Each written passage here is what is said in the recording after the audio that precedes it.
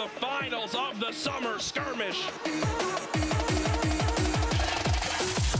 He's only got 60 HP. He's got to force these fights. He's got to make something happen. He's looking to make it happen towards his low side, down to just 1 HP. Can he make the greatest play happen? I don't think Sean drops. Good effort, my friend, but Sean knows there's no reason to force it. There it is. The shot in Sean, an excellent play, 6 eliminations. We've had yet this weekend. There's a shot. Oh! The edit from above from Animal. Built up, like you said, built a second layer. It's a shot. Weak. There it is. The victory there for Sen Animal in game number 2. Any final thoughts for all the people out there that love you? I just want to say, hi, Mom.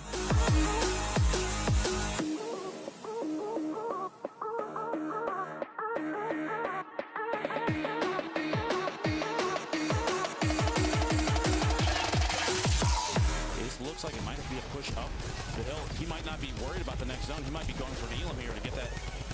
Try and push himself to second and maybe a win. Gets the shot. Tendons gets it. And Saint with basically nothing left. He had 5 shotgun shells. Tenpo knows he's got a huge health advantage. Oh, he loses the build. Gets Drops only it for shield 90. tags. Unbelievable accuracy from Animal. Gets a 47 and a 50 with the double barrel swap. Mats down at a 75. The spray comes in with the drum gun. He's got this player weak. This would be only his second to live, but there it is. Tries to edit it out, but Saf from Ghost gets the victory. For Dr. Lupo, myself, and the rest of the production team, thank you so much for watching. We'll see you guys again tomorrow, 6 p.m. PST. More action to come.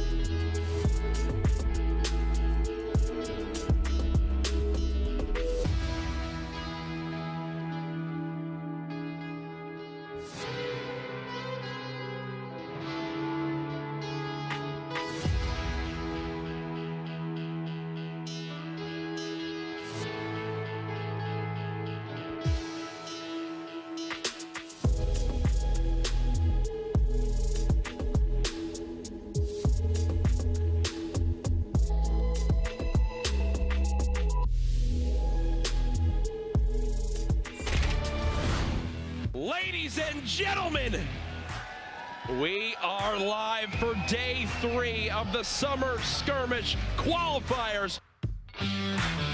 The battle bus is about to take off. Tfue going for the engagement, won't find it yet. It's Chap taking down Tfue, and you see the smile there as he looks over. And Chap's not done yet. He gets a second elim there.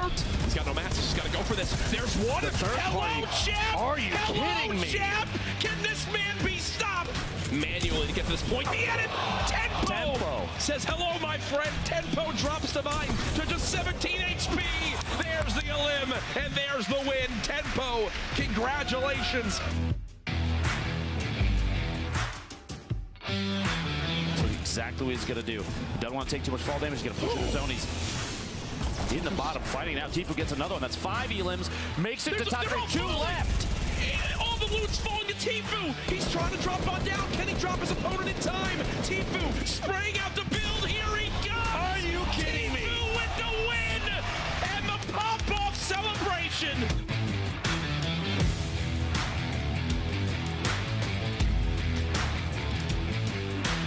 This is the first zone move.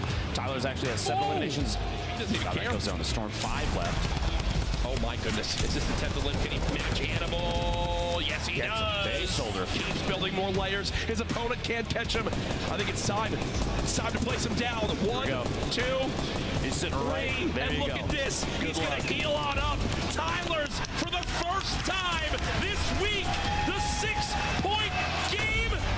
There it is.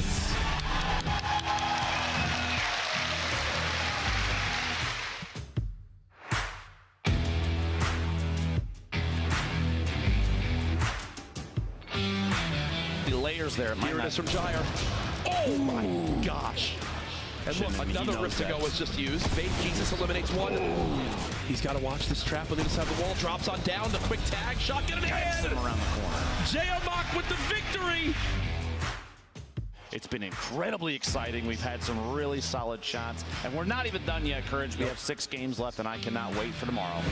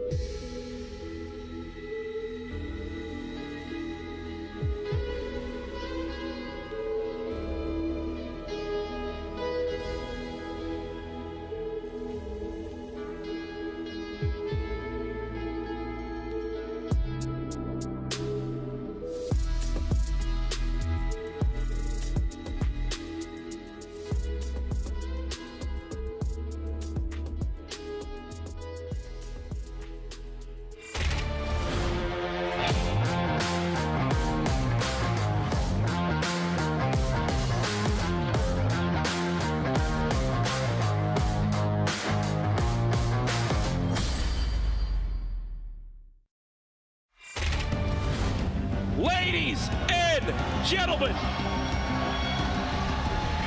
Oh, it's nice and early here in Seattle, but this crowd is already electric.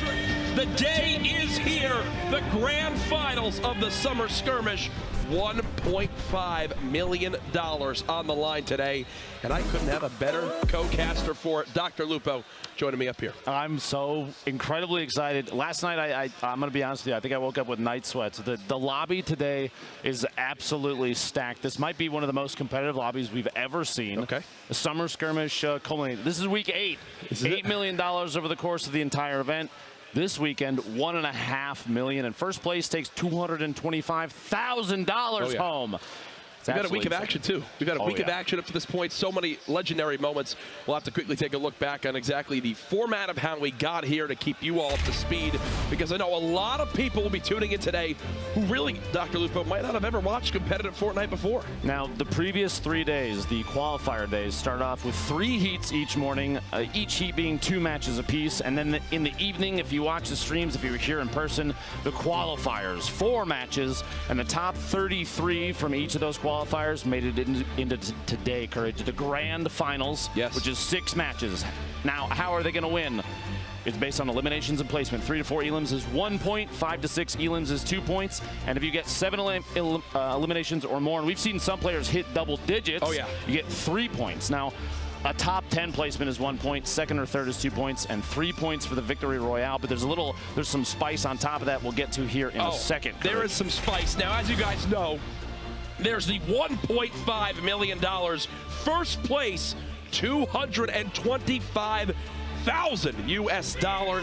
Everybody who's made it to this point today, everyone participating already won themselves $5 grand. But you mentioned something a little spicy. Well, I'm happy to announce each victory royale today will net the player $25,000. So those 1v1s at the end of the game, when it's down to the wire, the storm is closing, everyone's kind of just trying to get by with their HP.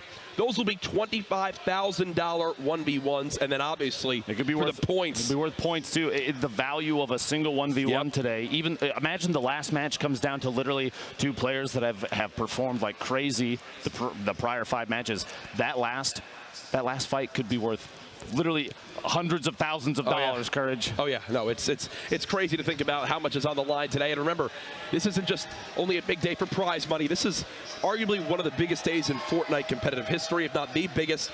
This is the most stacked lobby we have ever seen.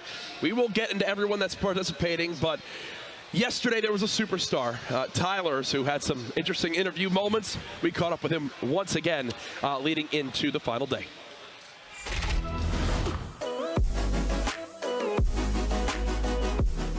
So when I would see people, I would be very scared. I would get nervous. I wouldn't want to fight them. I would avoid it at all costs. But today I went in there. I said I'm just going to give it my best, and whatever happens is what happens. This is my first LAN tournament for any game ever. The environment is amazing. Epic Games does an amazing job with everything from the viewing area outside to down here. I never had a problem with any of my setup or anything. Like it was amazing. Like I was genuinely and happily surprised. I did not think that I would be standing here, to be honest. My expectation was to place today. I gave that my expectation was to get into the nightly qualifiers and to do my best. Whatever happens from there, I gave it my all. The weak spots that players are having right now is that they are playing much too passive. If you watch even Ghost Aiden yesterday, he was rushing everybody. He didn't care. People, when they see that you're confident, they get less confident. That's like the main thing that I exploited today, and I plan on doing tomorrow.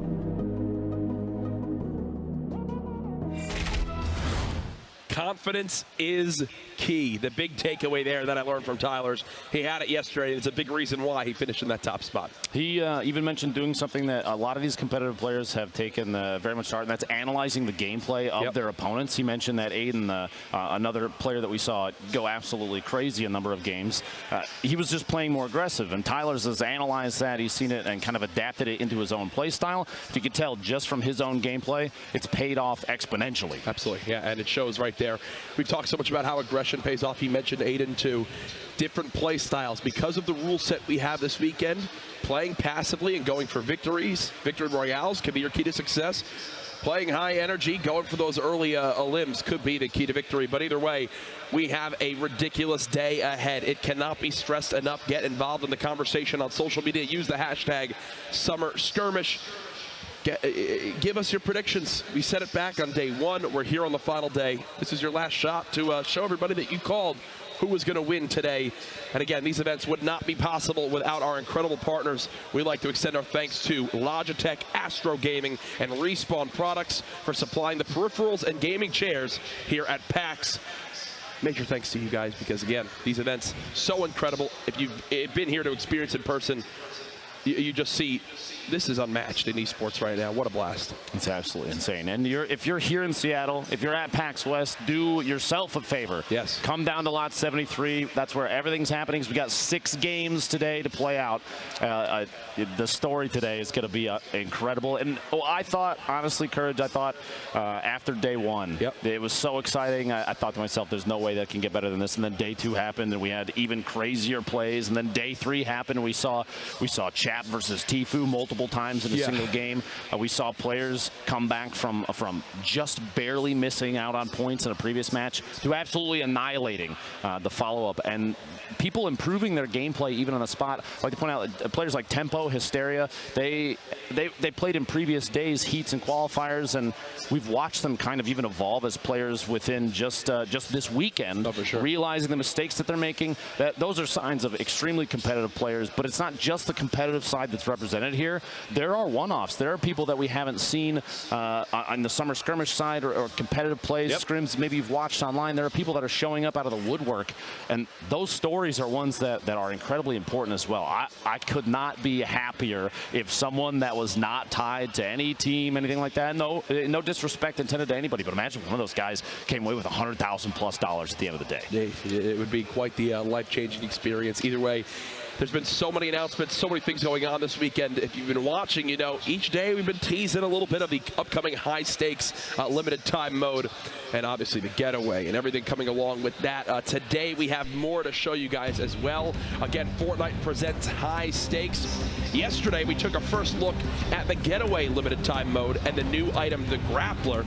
Today, we've got the free high-stakes challenges and rewards you can unlock for completing them. High-stakes launches this week in Fortnite. See you there. And again, here's a look at them. Deal 500 damage to jewel-carrying opponents. Again, something completely unique. That's the spray you earn, and then pick up a jewel in 5 different matches of the getaway to earn the contrail. I'll look at it there. We saw it in the gameplay yesterday. That looked fire. You complete all the challenges. The brand new pickaxe, the crowbar right there. I'm doing that right away. When that goes live, I'm doing that right away. So you have to, don't forget to start the stream, Courage. I know you're excited. The LTM will be there, okay? You just got to wait the 2 minutes, get ready, you know, get it into your, do my little dance game. Exactly. No, we'll definitely be live for that. Don't worry. Guys, without further ado, I'd like to begin to get ready for our first game with our look at our finalists, 99 of the best Fortnite players in the world competing here today. What are some big names on this first page, Luca? I don't even know where to begin with the list of players that are playing today. You have names like Nate Hill and the rest of the FaZe clan. In fact, 5 out of 5 players from FaZe qualified for these grand finals. 72 Hours from Liquid, who we saw put on a show. You don't need materials. You don't even need HP. All you need is a drum gun and a dream, and you can push around outside and rotate on your opponent. The thought processes that go through these players' minds is incredible. You got C9, Alliance, World's Best Gaming, Trouble Boys, and teams, countless teams. Envy. It's incredible. And then on page 2 here you see Sentinel's Animal. He was one of the 2 players who have had 10+ Elim games. Ghost Aiden was right there with him as well. Saf, who's done well in the summer skirmishes prior to this, continuing to put his name up there. Ghost Bizzle, a big name with that Ghost Gaming organization who've seen so much success this weekend. Heading out of the other side of the list, number 59 spot, Liquid Poach.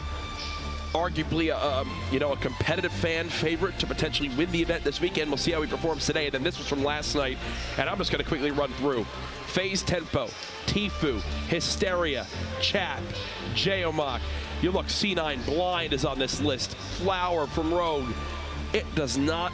And what a stacked lineup we have heading into today, competing for the $1.5 million. On top of that, you have players that are playing on a controller. You have players that are playing on keyboard and mouse. Nick Merckx is going to put on a show in Tilted Towers. We've seen it before. We'll see it again. And the best part is he's not alone. Aiden was consistently dropping Tilted in his games, which means these two might end up having a little face-off at the beginning of almost every single game if they both trend to where they're used to, where they're comfortable going. And I know a lot of people were talking to Nick about Aiden, being like, hey, look, a fellow controller player showing up big time, putting up some big numbers. Nick was hearing it, and he wants to go ahead and provide his own stuff. Speaking with Nick actually last night, he mentioned we didn't kind of see the one game he had 6 Elims. He was trailing someone in the storm hits him 3 times to drop him to 1 HP, and the Storm eliminated them for his 7th elim. So that's how he missed out on that free final 3rd point. Either way, Nick did well yesterday. So much competition. Let us know who you think's going to take it home. I got to ask you, now that we know our 99 players, who's the favorite? I mean, I'm part of Rogue. I got to pull for Double Flower, but at the same time, I mean, you have the list of players is incredible. I'd love to see a number of these guys run into each other. Chap, Tfue, 72 Hours. Imagine all of them in a ball together, stuck in the same 1-by-1. I wouldn't even know where to begin, to be honest with you. That's the incredible thing about this live crowd. Yesterday, when Chap and Tfue began to kind of battle it out, we would just set the tone. We would swap the perspective, and everyone would take those couple seconds to realize who's about to actually fight, and you'd hear everyone here begin to cheer like, oh my gosh, here we go. 2 Titans in competitive Fortnite about to go at it. Again, if you have never watched Fortnite in this style gameplay before, it is very different from your normal, let's play some solos or duos at home. These lobbies will be stacked with players from top to bottom who are at the top 1% in skill, and it changes how it's played too. You're going to see as we get towards those later zones, instead of there being like 10, 15 players left, well, there's going to be like 40, Lupo. Very different. And like you said, these competitive lobbies, if you're looking to improve your own gameplay, these are the kind of matches to watch. You're going to see people changing their trajectory depending on who's going to be around them. Rotations for these are incredibly important, and players know the trends, where other players tend to go, where to gather the best, the best material locations, still come away with a number of chests. Because dropping directly into POIs is not the most common way to play these. People play safe, especially because top 10 gets you a single point, and 1 and 2 eliminations, while those help with tiebreakers, which don't get me wrong, those are incredibly important, the points matter. Oh yeah, points matter big time. And the crazy thing too is a lot of these guys have experience playing against each other in some of these solo scrim lobbies. They know Liquid Chap likes to land whaling. Tfue likes to land down in the desert area in kind of the outskirts of Paradise. They're going to keep that in mind when they're going for their drops. We saw Tempo the whole day yesterday was going Snobby Shores. Hysteria loves to go Greasy. Nick Mertz loves to go Tilted. You can kind of see how the minds of these players are going to be running with, okay, we know, well, this guy's here, this guy's here.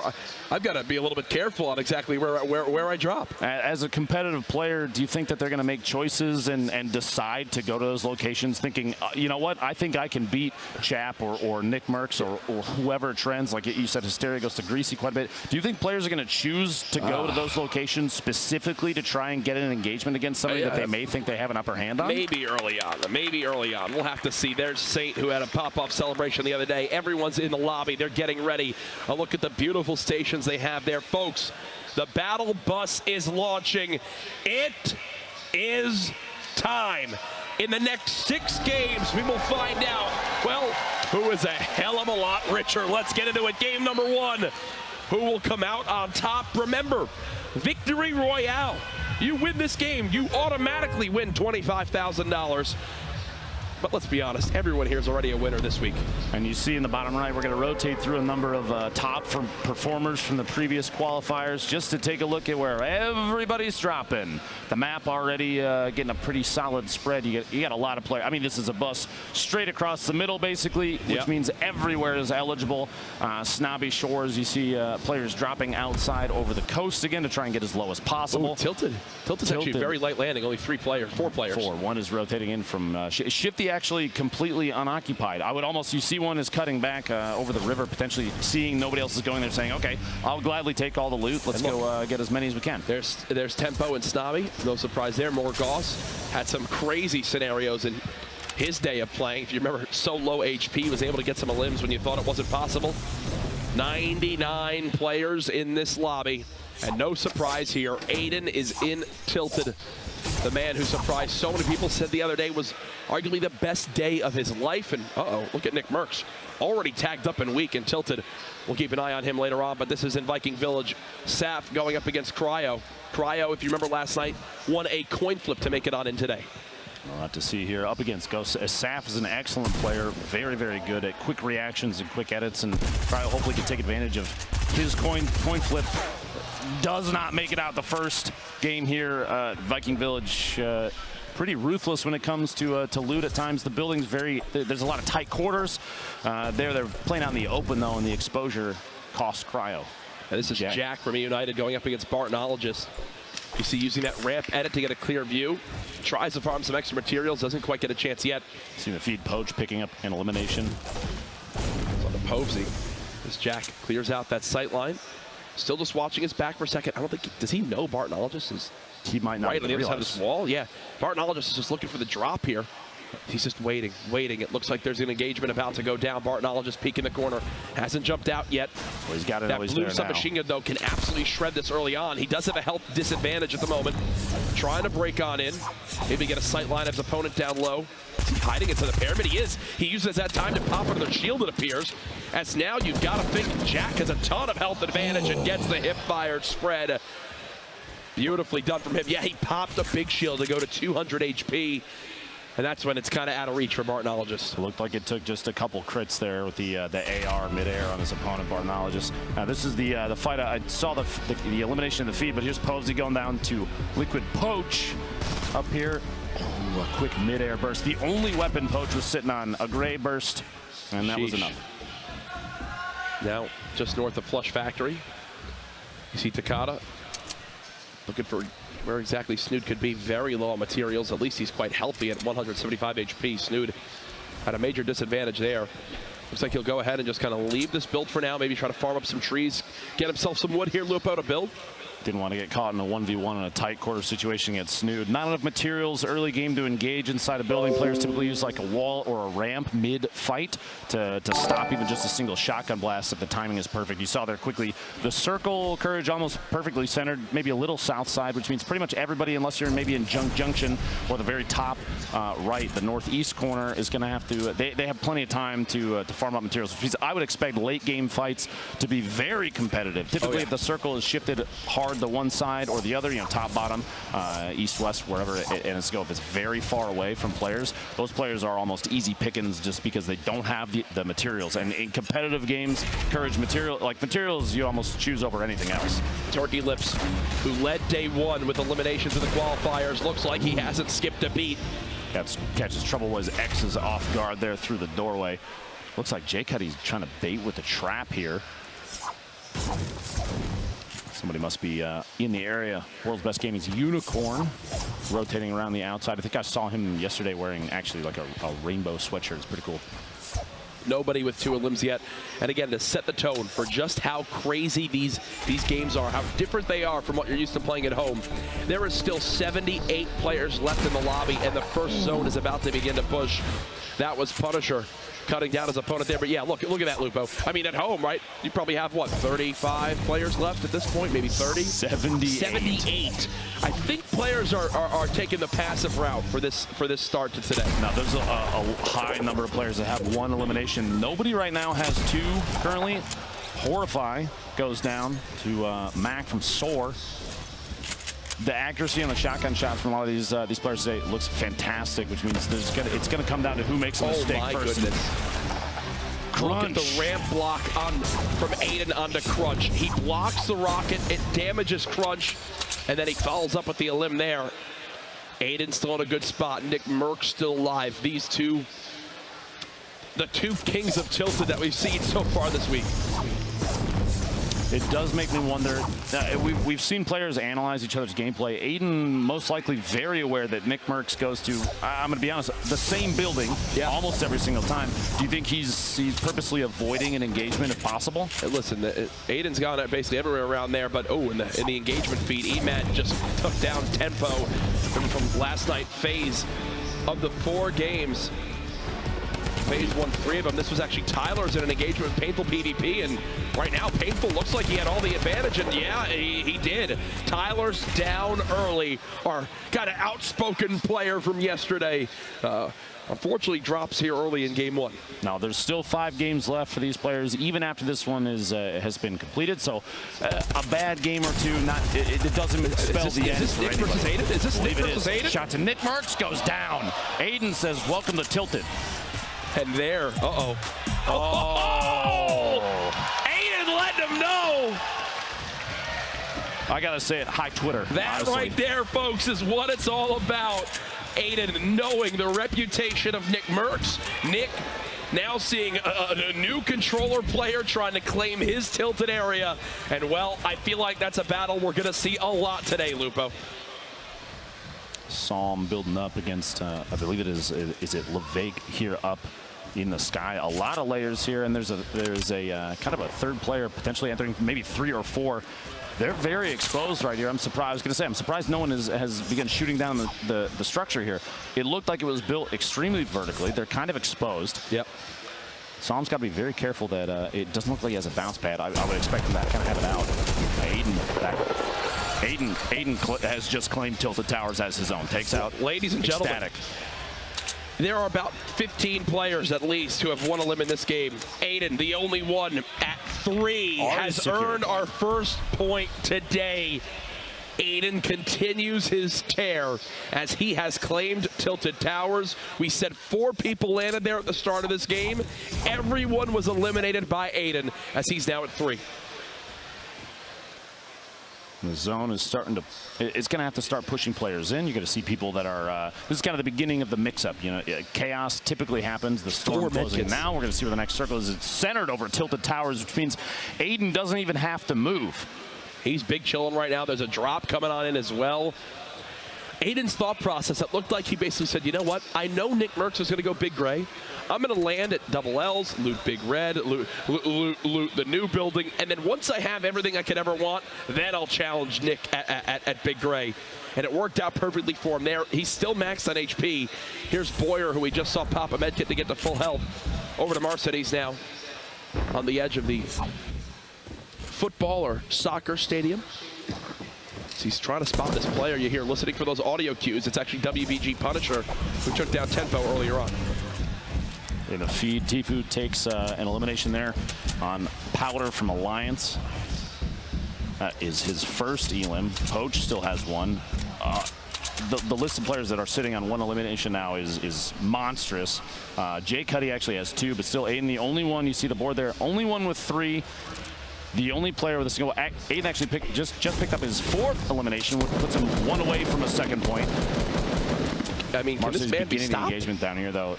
He's trying to drop the structure down. Looking, you see that you can even hear the fall damage right there. That should be a cue. He caught on the 1 layer of a ramp, though, which kept the high ground for his opponent. And now Mercedes knows just how tough of a situation he's in. Trying to get the quick edit to peek on out. Can't Punisher get the structure shut down in time. He's wearing a great shirt, though, so I'll give him that either way. Punisher with the elim. Style matters, but the points are everything, Courage. Unicorn, Sakairos, very small. They're 2 floors away from each other. This is Aiden's 4th elimination earlier. A rotation in and lasers. Absolutely lasers. That gold AR is incredibly powerful. A Chap building up here. It did look like Aiden picked up a Chug Jug right as he cut away, which means he's full health, full shield, ready for the next engagement. He's still safe inside the zone, but Chap here just on the west side of Dusty Divot, stuck in 1v1, but we've seen Chap build. We've seen Chap take advantage of height and all of the structure here that he has ownership of, and we're going to watch players still continue to do that. They're going to break out anything they can, take ownership of it. He puts the pyramid up to block any push. The player underneath, just trying to keep Chap away. And I'm going to be honest with you, Courage. A player like Chap, I don't think that's necessarily going to work. No. Chap is going to look for an angle, the weak spot in his players, the way that they're developing this strategy against him. He's going to take advantage of it. I almost expect at this point maybe a drop down, a knockout, and Chap to go just for a shotty shot in midair. He's got dualies as well. Quickly to mention, E-United's Jack just knocked out Liquid Poach from this first game. So Poach eliminated with about 61 players left. This is by far the slowest game we've had to this point this week with how many people are still in play. Here goes the battle. Chap versus this enemy inside Dusty Divot. Both players getting hit heavy, and Kayun. Well, Chap falls right on into the window, and well, Kayun's shotgun wins that engagement there. Both players, it looked like we're going for the floor replacement. Kayun got it and dropped Chap in. Now the rift to go. Typically not necessarily taken by your opponent, but Drummond says, you can't get away from me. He's going to drop down. He also had the zone pushing. Fly in. Yeah. He had the zone there as well. Might as well just go ahead and skirt on out of there. Tilted Towers looks like it will soon be the only thing in play. And folks, Aiden has 10 minis and a Chug Jug. Could not ask for more shield healing. He's near maxed on each type of material. Gold heavy shotgun, gold legendary assault rifle, sorry. I mean, this man is set up for success here. Lavic rotating around the outside, drops on the outside. Looks like Sakairos didn't see him drop on the outside, place the platform, and the shotgun shot there secures an elimination just outside the zone, too. Ilchase taking shots, trying to drop the structure of his opponent before they rotate in.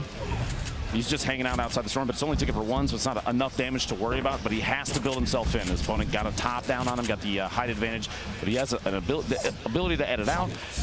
Going to take ownership of that ramp in the middle, or at least just get it out of the way so his opponent doesn't have it. Building these little catacombs, trying to, it's a way to have your opponent lose track of your location. The replays from FaZe, he's still on top of him. Still watching, trying to grab. These players are fighting back and forth constantly for who owns what surface. The shots coming in through the angle to edit there, and Replays gets quite a bit of damage, maybe enough to push in, and he does. The shotgun and a fight inside the box and takes Ilchase out. 2 eliminations for Replays now. Beautifully done by Replays. He'll be rewarded with a med kit to get the full HP. While this was going on, 0 players have yet to hit 3 elims outside of Aiden.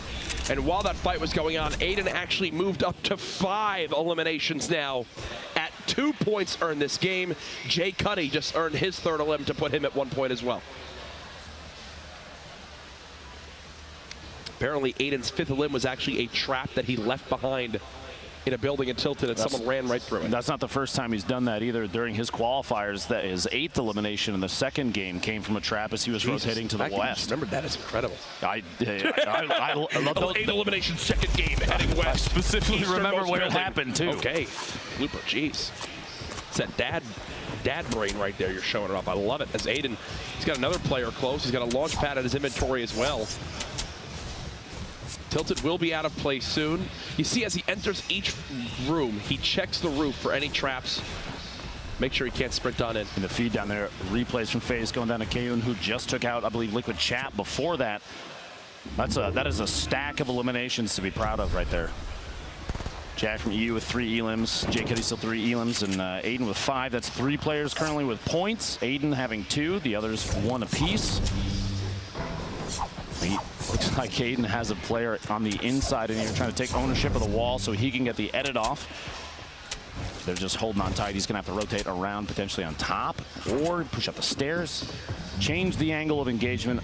Pro players are typically very aware, these highly competitive players, very aware of appropriate times to disengage and get it up another angle, but Aiden gets dropped out from underneath. His opponent just lasering down any structure he's got. The AR shots, it's not as fast as an SMG, but it's enough to take structure out. Aiden's only building 1 layer at a time. The third party from behind, maybe tunnel visioning on the opponent that was in front of him, just pushing, losing track of the fact that somebody else was watching. There are other players there. You got to start looking for those little towers. He's playing for having as much health as possible for the next fight.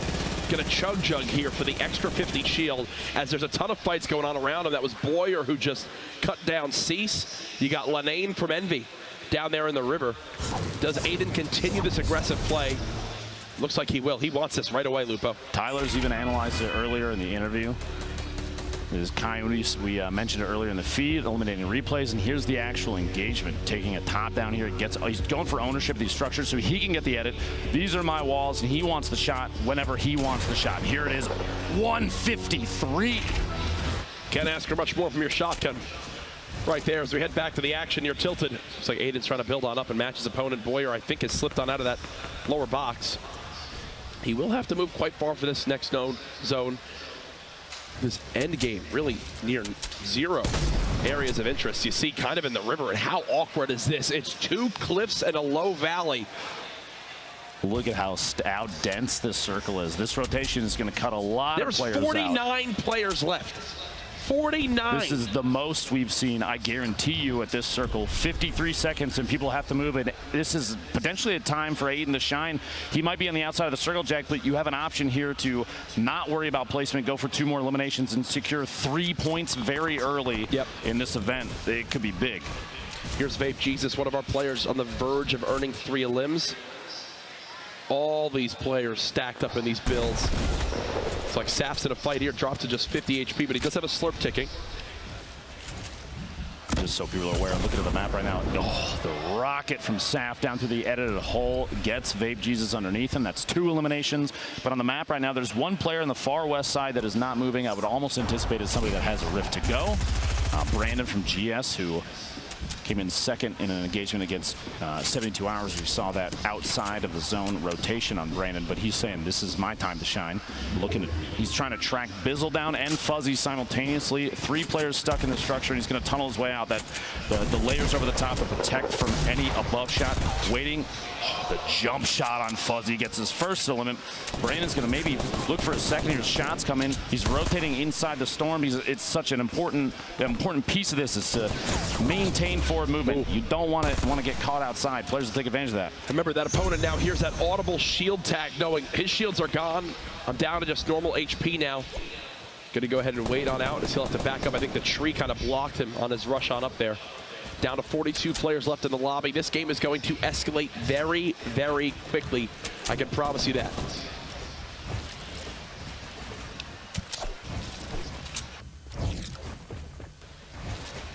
Brandon just sitting inside this box. Used all his materials though, Lupo. Down to just 32. He's got no shields left.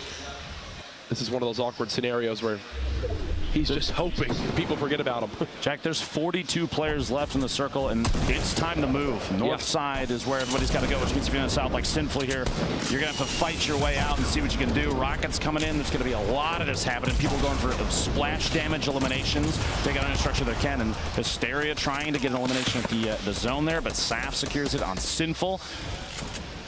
0 elans thus far for Hysteria. And look at these players. They're all poised to strike on each other, waiting for literally anybody to move, anybody to make a mistake. We've got 60 seconds left and 40 players still alive. Hysteria played in each day of the qualifiers to get to this point. Wind up getting in late last night and basically the final game. Here with a ton of materials left, he's just trying to peek on out and find this basically free elim as he's looking to maybe third party a fight. Does get heavily tagged twice. Not happy to be in this scenario now, I can promise you that. He's got enough materials maybe to push against this here for a little while. 38 remaining, 30 seconds left until the zone moves, and then I'm telling you, when this thing starts, this is when chaos ensues. The zone move is one of the deadliest moments in games like this. And it's down this mountain too for all these players up top. Everybody's got to slide. Yeah. Jumpman does have 2 launch pads, which I'm expecting him to use here. He's going to fly right on into the next zone. He's already got the natural height over it. You hear continuous tags. I think that is Hysteria being sprayed by like 3 or 4 people right now. United's Jack just got his 4th elim of the game as he's looking to catch up to Aiden. Aiden was eliminated earlier on. We've now got 5 players with a point on the board.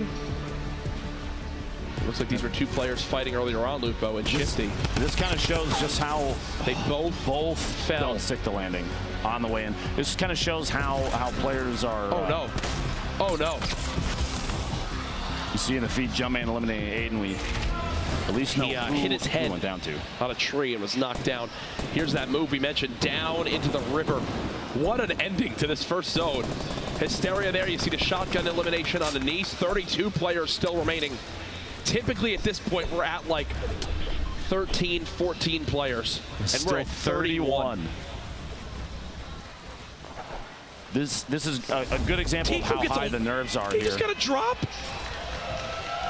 We have cheers from the crowd here for that one. He's got remote explosives and a rocket. That's huge. Against all the players that are playing incredibly slow, they're all built up in structures. Explosives are going to be, I mean, that could be game-changing. He could come away with a bunch of eliminations, even just to knocking structures down with that. And he's going to start pushing up. He's going to get up top of the zone. He owns all of this, too. You see he's making quick edits on pretty much every piece he's moving through. And this is Hysteria's first elimination thus far today in game 1. An opponent, surprise, falls inside and catches Nice off guard. You know, that's when the double barrel is quite good, just as a pro tip, when they're inches in front of your face. Literally right there. Yes. Here we go, folks. Our move to our next zone about to begin. 27 Tifu players. has been inching across all of this build. I was wondering how he was going to do this with little materials. Somehow he's claimed This entire top area, it seems. Nate Hill still in it. J-Omok still in it. Here we go. This game is about to escalate very quickly. The moves coming from everybody now. Chris, 2 limbs. Can he earn his third to put a point on the board? Gorilla just cut down J-Omok. You see Nate Hill using the bounce pad. Everyone surging forward. The common enemy of everyone is this storm. And you can see they're all afraid with how much damage it does. Somehow Tfue not being shot. He's made it on in and secured a nice little structure to heal on up. Literally no one wants to engage anybody else right there. You saw Tfue drop the C4. I think the idea is if somebody's pushing up underneath him, he can edit it out and drop the C4 down. Brandon gets caught off guard, and Jack secures his 6th elimination and He's got a med kit now. He's got to use this right away. The zone is 25 seconds. Pop that med kit. Get above 6 HP. Tfue 1 a limb away from earning himself a point. Remember, top 10 in the game earn themselves a point as well. No fall damage. Honestly, kind of surprisingly, so many explosives. He's out of materials. I think he's just got to kind of go for this. That's all of his mats left. One more elim is a point for Tfue, and he's going to look for one. There's still 10 players that are that have to go down before rank matters for points, which means now's the time, and he gets it, catches Shrugs off guard through a little tiny window. That green drum gun coming in big, and another one. Tfue going for his 4th elimination. He's got to move. The zone is there. He's got to move. He's trapped on in. Tfue choking on out. The storm ticking for so much, and there he goes. Tfue out from game 1 as the storm claims another victim. You got Nate Hill basically sitting on nothing, no HP, no shield in the bottom, and he had some minis. He's going to patch himself up when Nane's stuck inside, basically in the middle of the, there's a player sandwich here. 11 left, 1 more goes down. Everybody that's left alive gets 1 point minimum. Whoever is a limb next, heartbreaking stuff, as they will be just on the verge of a free point. I know one thing, Nate Hill has no plans of peeking on out with that little HP left. 3 medkits for Morgoth. You've got to think he's in a good spot if this goes to a heal-off. Uh-oh. Fight about to go down. Morgoth with a shot. There it is. We're now into our top 10. A quick trade. Trades happening back and forth. The hype there, that was 3 limbs, and he made it to the top 10. That's 2 points there. Landjock, we mentioned, you can have all sorts of play styles. This one, not go for any fights. He's in 6th place with 0 limbs, but he's out of mats. He's full of the bottom. It's time to rip back up. He pulled 2 other players with him. 3 are on their way down from the top. Pulling right away. He's gonna. I think the goal is to try and land as fast as possible. No, he's gonna rip again. Oh my God! No! Oh. That was almost 200 IQ. It could come back to bite him. Gets the shot on Gorilla. Top 5. Top 5. Trades going down. Nate Hill within a limb. Prodigy Aces. Looks like he's got the high ground right now. Only 1 limb to his name. Remember, top 3 earned 2 points. He's made it. 2 points now earned. So many medkits. The storm is pushing on in. This is it. I believe it's going to come down to a heal off right now. Player shooting from above. He doesn't have time to heal. It's Nate Hill, and I don't think Nate has any health left. He's got 1 HP. He's trying to break down. He doesn't have the time. This should be it. He's got 1 extra tick of HP. And there's the victory for Landjock. As he can't believe it, it was 18 health to 1 health. Literally 1 tick of the zone made the difference. And the sigh of relief there. Congratulations. That's a 3-point game. Absolutely ridiculous. Nate, at this point, his only option was to try and shoot or pickaxe his way down, get a shot in the fall, and it didn't matter. Landjock had a layer ahead above him. There was no option there. He was done for anyway. You saw trying to pickaxe down. He was getting that thing where it just wasn't letting him actually hit the structure, which made him have to panic shoot. He didn't have a shot there anyway. 1 HP. Didn't. If he gets that a limb and drops those medkits down a little bit earlier on, as the zone's closing, he might have time to pop the full 10-second medkit, but there was only like 9 seconds left on the clock. So 1 tick would have dropped him, and he knew that. He had to go for it. Unfortunately, it doesn't work out for him there. Jack, if the rest of the games today go like this, I don't know if I can handle it. This has been, we saw more players alive per circle than we've ever seen in any of the previous games, and players are trying to play so securely. They're holding hands during rotations. You saw Tfue got walled out from an opponent that he was chasing up because they were putting layers and layers down behind them just as an effort to stop anybody from getting in. It wasn't an aggressive engagement. It was defensive play to see if the Storm could take any more eliminations with them closer to a top 10, even for just 1 point. Well, back in game one, it all began with Aiden raining terror on the tilted towers. We've got to look back at that to begin. Look at this ramp to block the rocket, the quick follow-up, and there it is.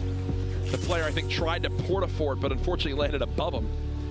And then Aiden, once he got to full HP, said, you know what, I know exactly where Nick Merckx will be, and I'm going to go for it right off the bat. Nick only able to tag him for 7. The crowd definitely made some noise there, as he didn't stop at all. He continues to hold forward.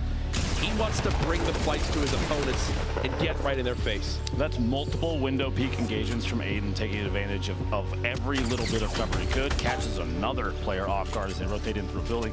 You saw they went for the defensive build too to block him out, but it wasn't enough. The 72 damage crit,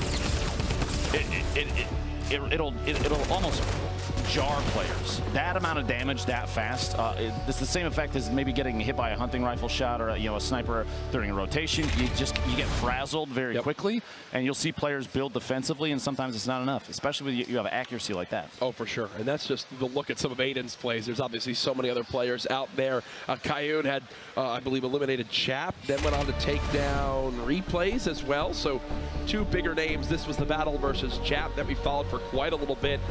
It was the one window edit that drops Chap on in. Come on, my friend, and Chap was not ready for it at all.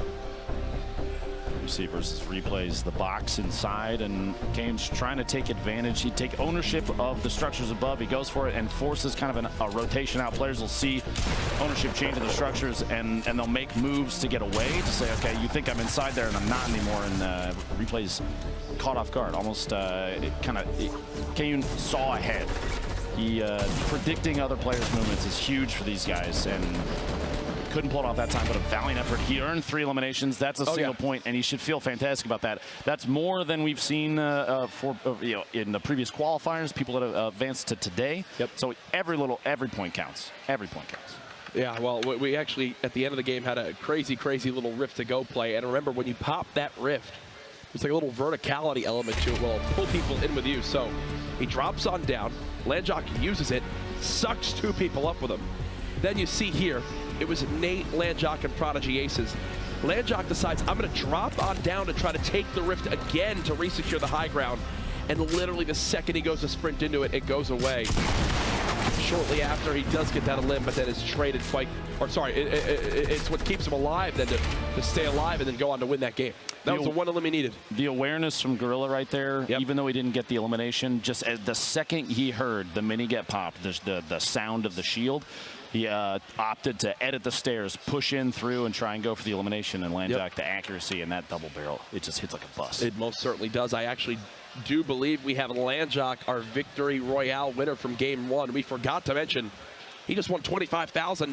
I don't even know if he knows. We'll go ahead and throw it on over to Zeke in the players area. What's up, guys? Awesome cast. I am here with Landjock, who just, as you witnessed, he riffed on the goat 3 players, and he gets the victory out. You just won $25,000. How are you feeling, man? Man, that was amazing. I didn't think I was going to win, but the guy ended up dying to fall damage, and I got it. So, oh, bro. I don't know. Are you ready? Are you ready for the next few games? Yeah, I'm going to try my best. I'm going to try to win another one, but I'm glad with what I already did today, so. Now, did you know that you were going to rift those 3 players? Because everyone at PAX is watching this, right? And so the moment you jump down, you activate the rift on the go, literally PAX erupts because they're like, you just pulled 2 other people, you dive down, and you take someone else out who's like, oh, there's a rift here, and then you just blast them. How did you know they were there?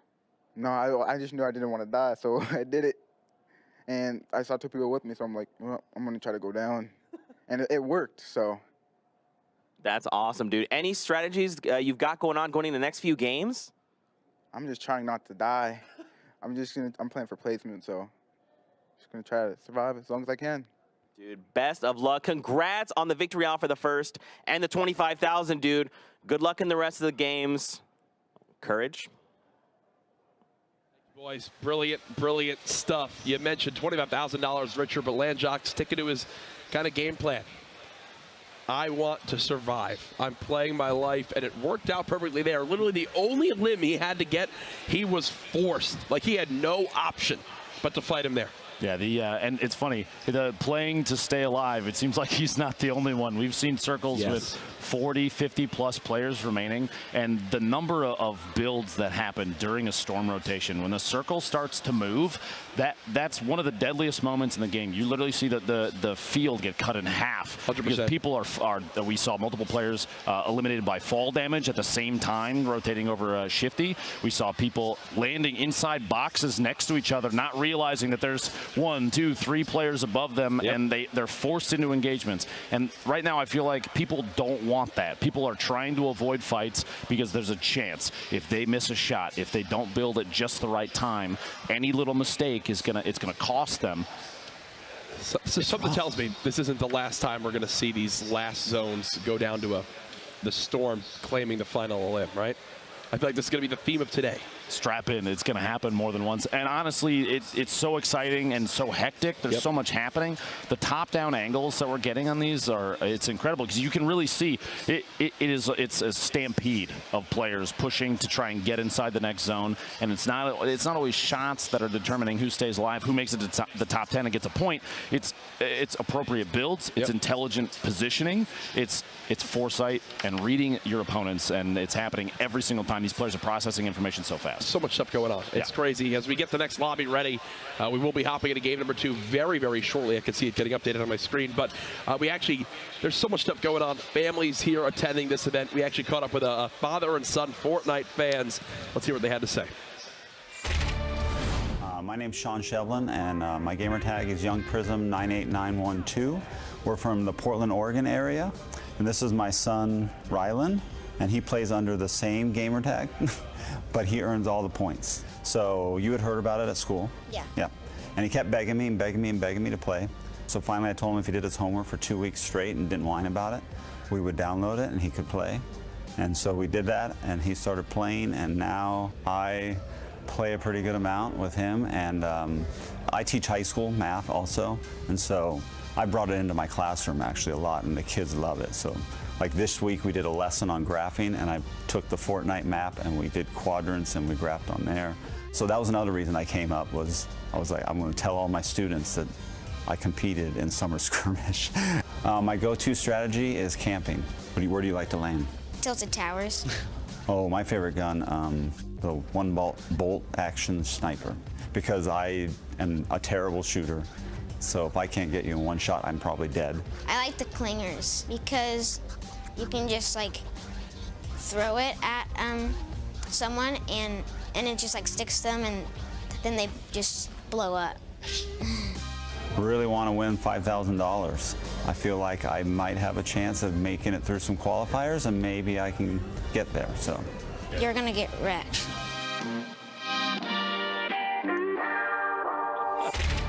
Absolutely awesome stuff to see there. I wish I was able to use Fortnite in my high school math, but instead it didn't go well. It's okay. It's okay. Why you're casting. No shame in hiding behind the desk. Yeah, there we That's go. fine. There we go. Awesome father-son duo there. Hope to be able to meet him here as PAX West continues. As we get ready for game number 2, I see everyone in the lobby. We have to update you guys on the standings. Remember, $1.5 million on the line today. And here's where we stack up after game 1. Landjock won a limb, but the victory royale gives him the advantage over Nate Hill. United's Jack, 6 limbs that first game, leading the lobby just above Aiden. 2 members from Envy in the top 8 as well, and Tifu in that 10th spot. Already a plethora of players with even just 1 point, all the way up to 17th place.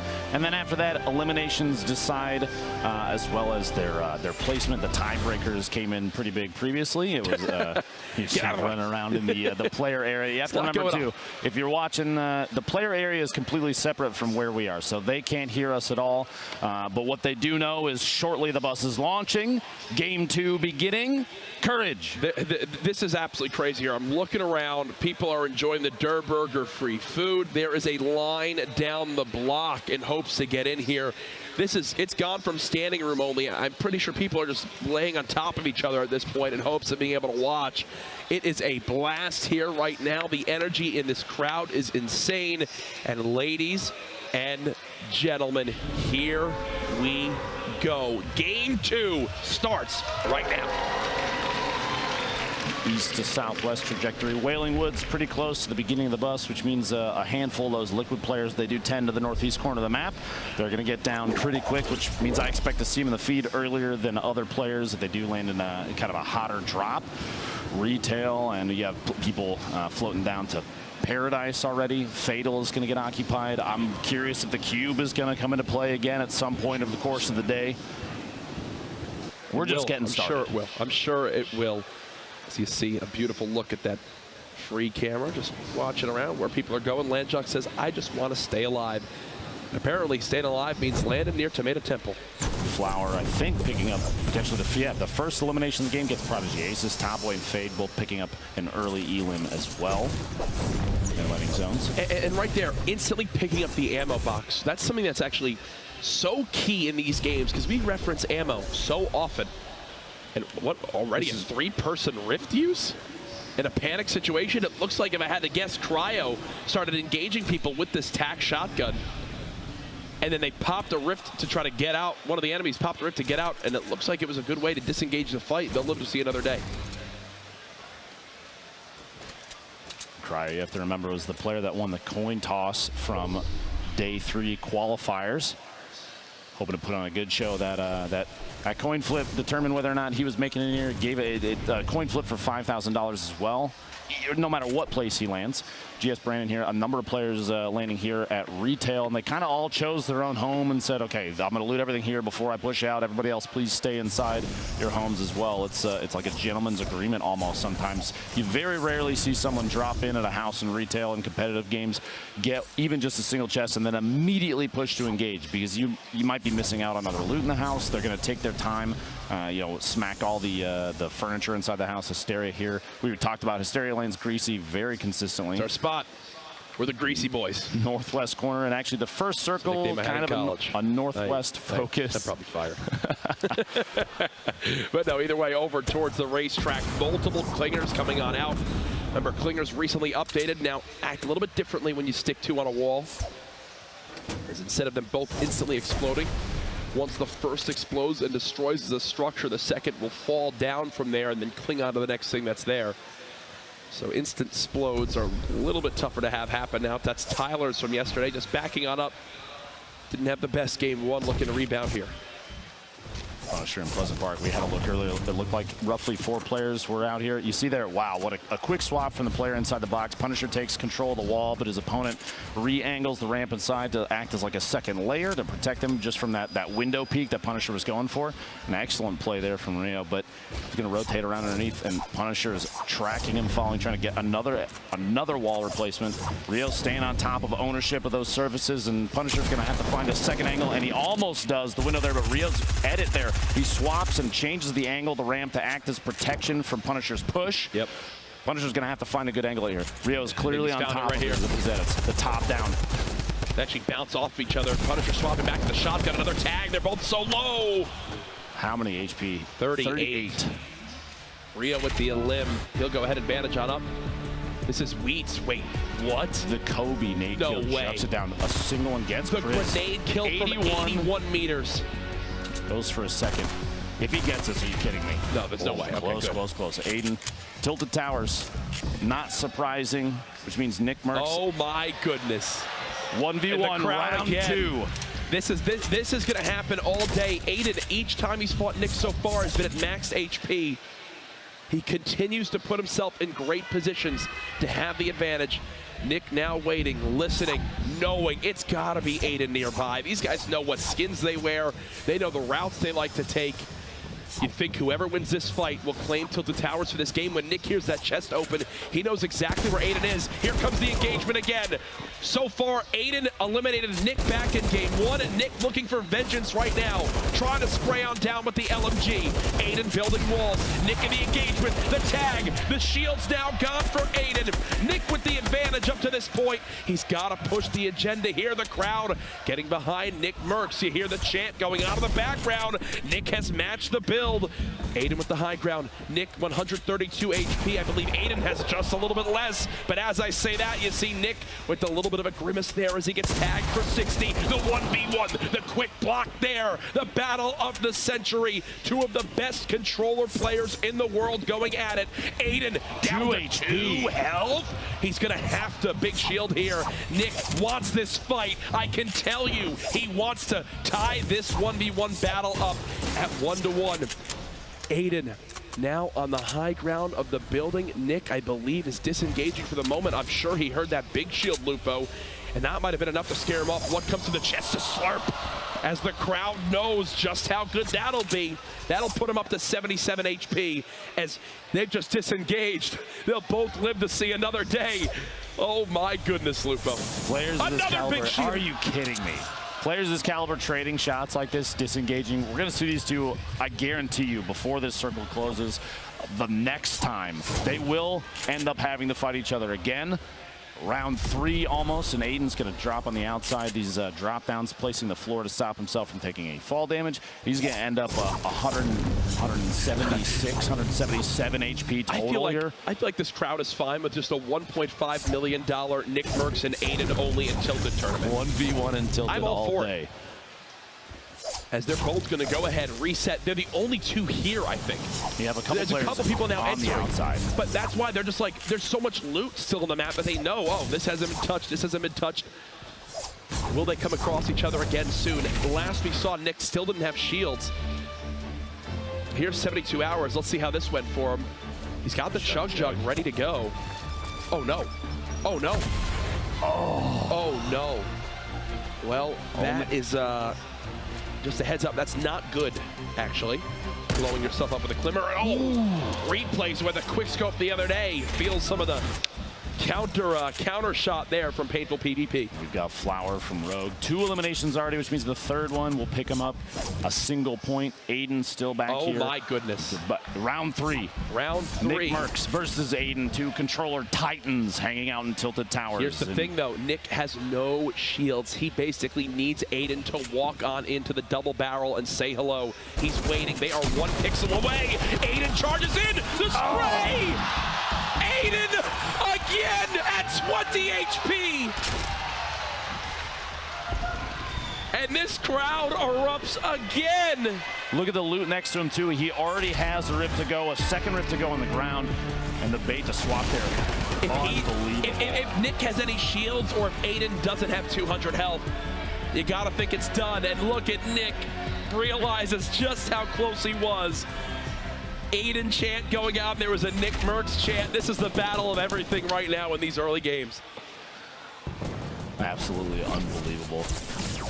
The launch pad and escape against Laser. Dremen trying to make it away, but the accuracy of whoever, the multiple players down there in Salty Springs say it's not time to leave yet. You got to come back, and he's going to have to box himself in, make numerous layers so he can get a couple of these heals off. He has a slurp, multiple minis, so he can get a good buffer back up, but there are people around him. He's got Wheats underneath. Vactor's taking shots from a distance over there. He has an opportunity now. Looks like they left him alone. Now, this is Tyler's, a player we've had our eyes on after previous gameplay, but we'll see here. Jay Cuddy, accurate shots from underneath. The SMG spray just right on point, and a rocket off the wall. As Tyler tries to layer, you saw he went for the floor placement there. Wasn't enough, not fast enough. X's from Trouble Boys building up in a 1v1 against Tempo. A very, very good player here. Both of these guys, I love excellent builds. Every time the crowd sees one of the names involved in the fight, they just go, oh my God, you know, like, they just know how much it means. I thought he was going to try to style with that hunting rifle for a second. Backing out. In the elimination feed, Weeds goes down, Sakairos goes down, and Mac also falls. The lobby down to 59 players left. The second zone about to begin to close. At this point, 30 seconds. The choice of engagement here, if neither players have 2 eliminations, I don't think either of them want to fight each other. You're going to see an early rotation out from like your Tempo deciding now's the time to move. This isn't good for either of us. Let's move forward. Saw that big shield. This is Takada in a fight with someone here. It's actually Nate Hill, and has the instant beam to earn the 3 elims too. Nate Hill, if you saw, was in that top 5, or I believe actually second after game 1, does fall early here. But even though he does fall early here, Lupo, he's still in a brilliant position I'm sure, in our standings after this. 1, 2, 3, even 3 bad games, not necessarily the end of the road here for these players, because 6 games, anything can happen. We've seen multiple people shine in the qualifiers. Wow. People come from behind, even like players like Saint, who didn't even engage very often. He had no eliminations, but managed 3 points during his qualifiers to make it to the grand finals today. It's still anybody's game. Going for the snipe midair. Are you kidding me? And as you guys saw for a second as we pulled up the map, this is a Loot Lake ending. Kayun continues to fight these big names and continues to come out on top, as Poach just got sniped by Kayun to be eliminated in game 2. That's Kayun's second elimination, which means 1 point soon for him if he manages the third. Fails the build. Drop down. Uh-oh. He does have medkits. He can survive through the storm, but that's a quick tag down to 70. The battle coming on in. The pump does not connect. He's got to reset for the high ground. He knows it as he looks to build on up. Remote explosives! Perfect placement in the middle. Throws it over Dremin the walks top. right in it. And you see the frustration there. Dremin, first elim on the board. Now, currently there are 2 players with 3 eliminations, Top Boy and Takata, which means a single point apiece for them. But Kayun actually, has a point as you mentioned, prior. Top Boy just got knocked out. So both players with 3 elims just dropped. A plethora still with 2. We have 5 players currently alive with 2 eliminations there you see on your board. A lot of them relatively close to the zone, except for Rio, 400 meters away still. He's sitting pretty on HP and shield, but he's going to have to rotate relatively quickly. Might have been the most replaced structure I've seen at the factories there at Loot Lake. We took a look for a second, but Horrify stuck up top, taking a moment. Any seconds he has to pop any heals possible, they're going to go for it. And he tried to place the bounce pad on the way down to prevent any fall damage. Didn't need to. Takes the bounce pad in that situation though. Tries to rotate away. Gets tagged midair as this 1v1 against X is kind of flirting with the edge of the zone. X is going to try and layer up so he can sneak in underneath Horrify, and Tempo is there as well. And this is a beautiful spot for Tempo. Both these players pushing out of the zone. They've obviously been weakened quite a little bit. He drops Horrify down to just a couple shots left. X and Tempo are both like, hey, I want this one. No, this one's mine. As they continue to spray down, Horrify is just in a terrible spot. Tempo not really peeking too much from the other side. Can't drop down this structure as of yet. There it goes. No, it's still locked in. It looks like it's attached to the 3rd point there. X is hoping to drop Horrify out in the open. Actually, during that, as Horrify was building up, X has had a moment where he could have whipped a shotgun shot. And if Horrify was very low HP, it could have been an elimination already and put him at 2, but it looks like a hesitation caused him to not go for it. And he's going to have to back out of this, I think, 60 seconds. And looking at the potential zone movement here and the chance that there's a 3rd player, if he knew Tempo was there, saying that I need to move away now and secure the safe zone rather than go for this. And nobody that is currently alive is shining with 3 elims yet. There's a lot of players with opportunities. Babe's is 51 players remaining and moving in past the lake. Very open play here, and he sees the target in front of him is getting shot from within that brick structure. So kind of a sandwich situation here. He could be the 3rd player here and go for elimination on someone that may be caught off guard. Brandon is the player up top. He's got Unicorn in front of him. Going to push up, maybe establish himself as basically a neighbor here, seeing we're at the very edge of the zone. You see on the map in the top right, he's going for a gatekeeping situation, watching for people rotating in, and that's why he's sitting up top. He's got the edit active on the triangle so he can look through the structure that is currently established there. Nobody can see him, but he can see everybody. It's a pretty good spot to be in, especially in a battle royale. A look at Blue T, J Cuddy on the edge of the storm. They'll have to move on in.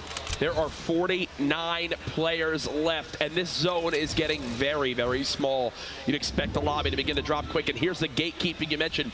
He's got the edit ready to basically be able to peek on up out of there like whack-a-mole at any moment. Almost expect an edit and maybe go for a hunting rifle shot on that player that was rotating across the river. Horrify we saw earlier.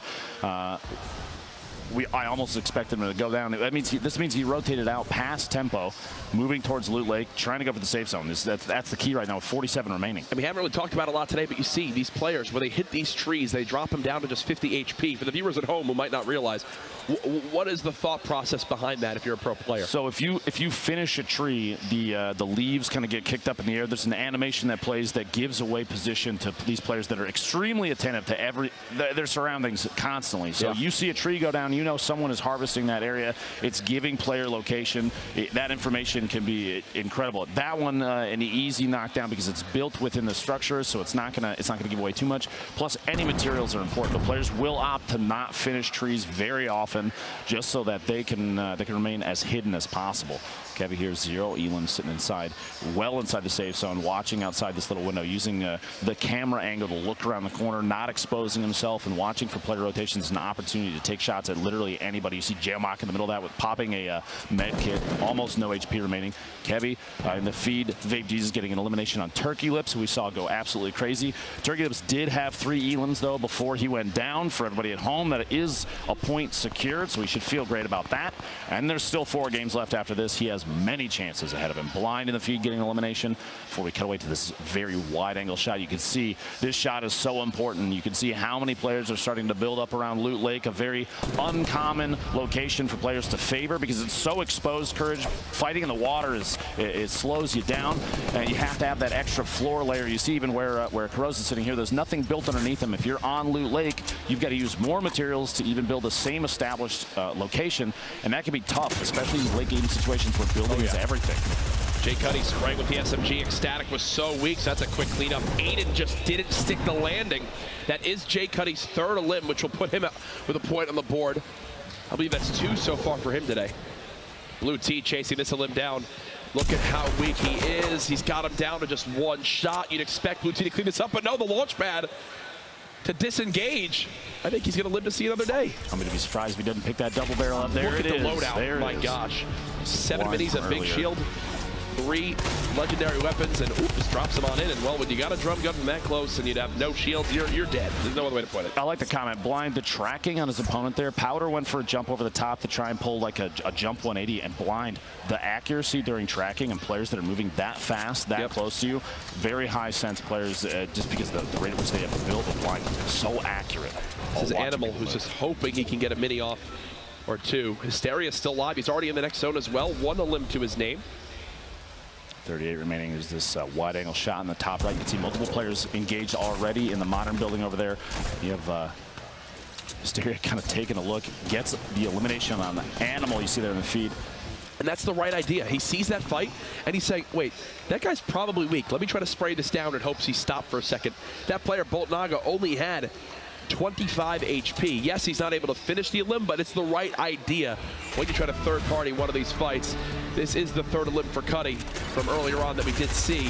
Just sprays down with that SMG to put another point on the board. Just after that as well, moments ago in the feed, Blind securing his 3rd elimination of this game gives him 1 point. He's very close inside the zone, but this is what we've seen. We saw this last game. We're going to see it again. A high player count, a very tight space. The next circle is when things are going to move, so Chaos will unleash in here. You're going to see a lot of players holding hands. Blind getting another elimination that puts him at 4. 1 more is a 2nd point. The stink bombs coming out. These are very common for rooting players out. Competitive players, they don't necessarily use it in an aggressive manner all the time, but it's kind of like a way to track targets. They'll chuck it at structures that maybe someone's hiding inside just to get a location, because you can see the 5 damage numbers pop out. And it's like being able to see through walls almost. But this is Aiden, someone we've watched. The fall damage in Loot Lake. There's the live reaction again. He's got a smile still on his face. He knows there's 4 games left. As we cut to this, I don't know if he saw that somebody's flying literally at the camera, and this is the beginning of the nest. You see players flying out now. And one big thing I do want to point out: all of our kind of top performers from back in game 1, they're really not high up here at all on our scoreboard that I'm seeing. So this kind of lead that people had from the first match, might not follow through. How stacked is that side of the west side of the circle is a nightmare. We have a couple players that are established away from that, which is fantastic. Here's the shot on the one side of the zone. Can we try to get that identical shot to the other side of the zone? Just to see what it's like? The west side would be perfect.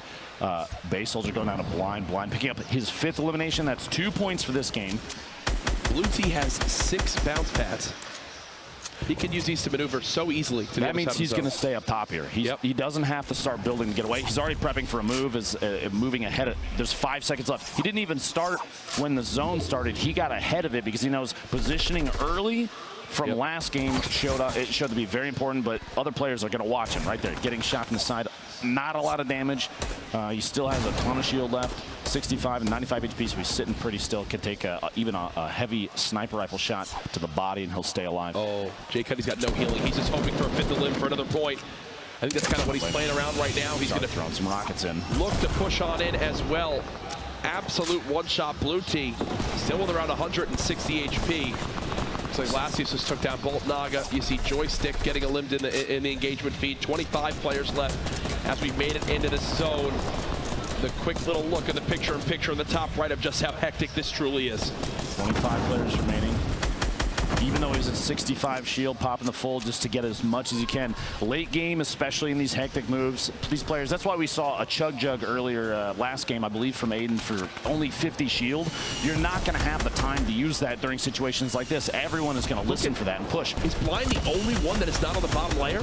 He's in a brilliant position to lay down damage. He's got bounce pad. He's got a bounce pad to fall. He's got rockets still in his inventory. A legendary assault rifle. Hysteria picking up his second Elam. One more gets him a point and takes tempo. His fake Jesus out. Oh. Jay Cuddy, who was looking for his fifth Elam, gets rocketed. He's just up in a tower. That's 2 in a row that he's done this with. C9 Blind now at 6 limbs. He could go on a tear to the end of this game, Lupo. No one is contesting him at all. You're right. Look, he's completely nobody safe. else is as high as and he it's is so right now. secured. That structure is so secured.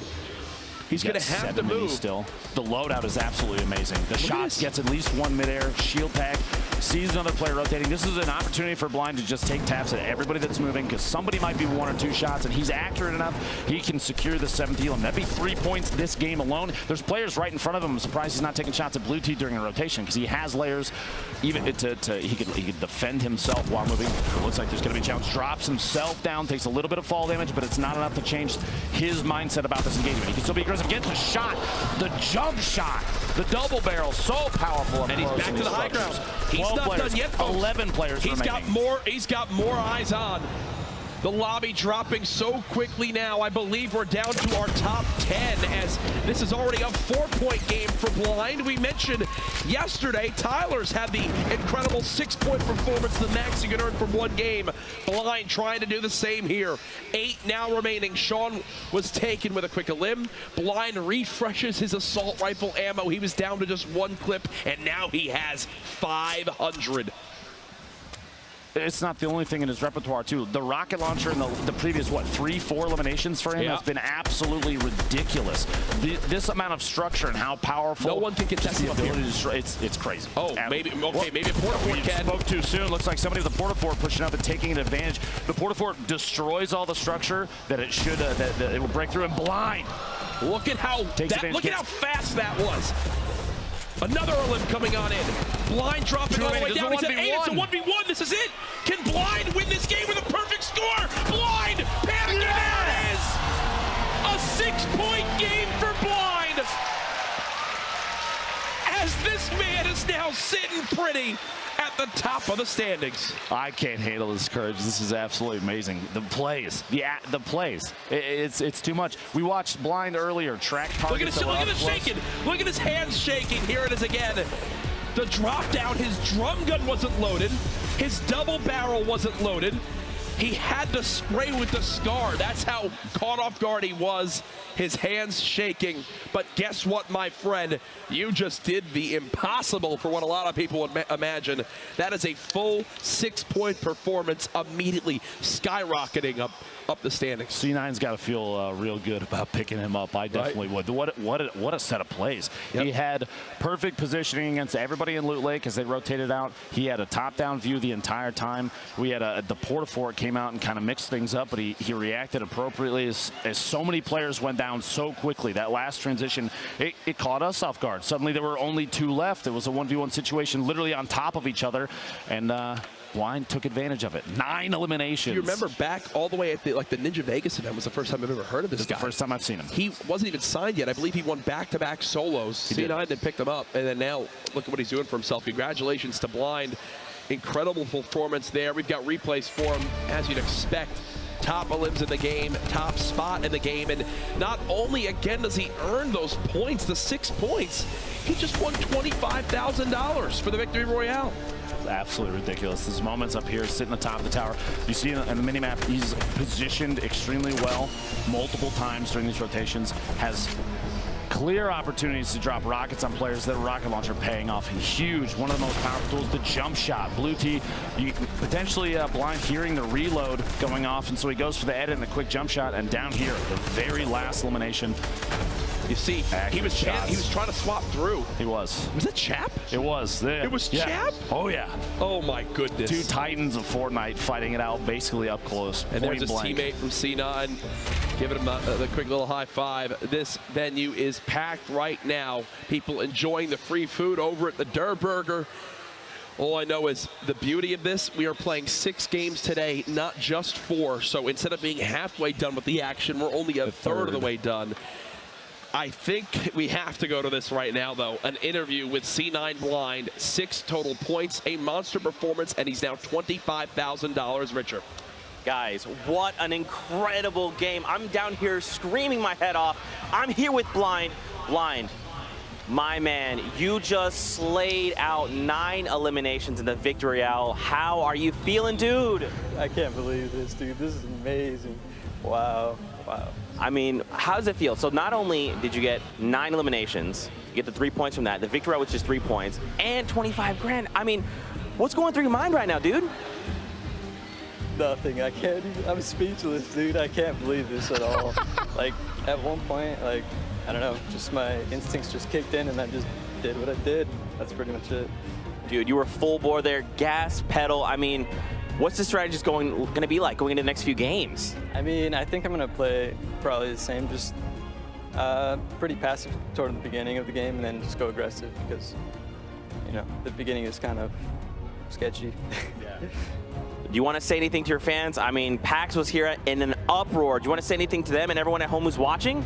Just thank you guys. Thank you guys. Congrats. Best of luck in the next few games, Blind. Ladies and gentlemen, we're going to take a short break, but stay tuned. We've got more action heading your way. Oh my God, Blind, let's go!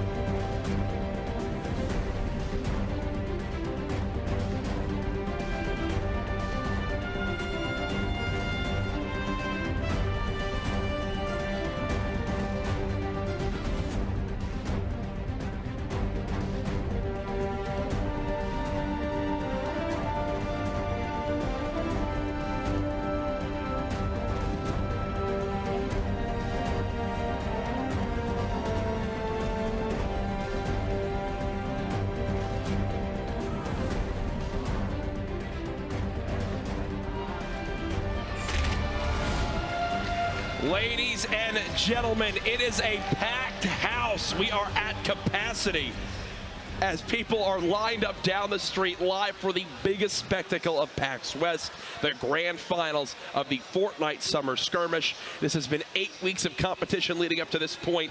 $8 million up for grabs. Today, $1.5 million alone.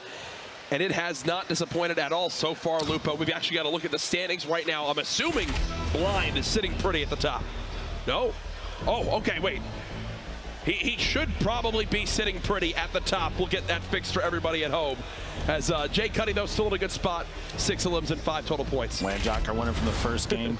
Yeah, we'll get those resolved quickly. But like you were saying, Courage, regardless of how many people are in this parking lot right now, how packed it is here. If you're in Seattle, if you're at PAX West, and you're not down here, you are seriously missing out. We have 4 games left, $1.5 million on the line, and every Victory Royale is worth $25,000 for the player that comes away with the win. That's crazy. Landjock, $25,000 richer after game 1 with the Victory Royale. Obviously, C9 Blind, $25,000 richer after game 2 with the Victory Royale.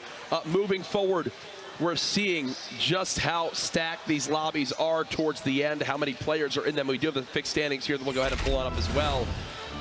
There we Blind. go. Okay, that makes sense. 9 eliminations. At 8 elims and 3 points. Okay, so changes things a little bit, but he is far and away at that top spot, Lupo. That's absolutely amazing. Literally double second place. Landjock sitting so far behind. I say so far behind. 3 points is absolutely ridiculous. But sitting at 3 points compared to Blind 6, because in game 1, Landjock played very slow, very passive, very methodical, because he didn't want to go for engagements. He was going for leaderboard placement, and you can see Blind saying, okay, I can play aggressive. I can get elims and placement, and it pays off 6 points in a single game. That's the second time, only second time we've seen it thus far. And remember, 21st through 100th all earn $5,000.